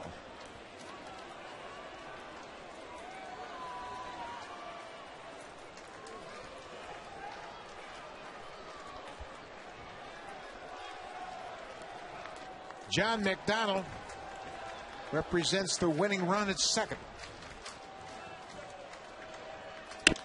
Little looper into the outfield. This will drop. Blue Jays will win it. McDonald around third. He scores. Hill delivers again.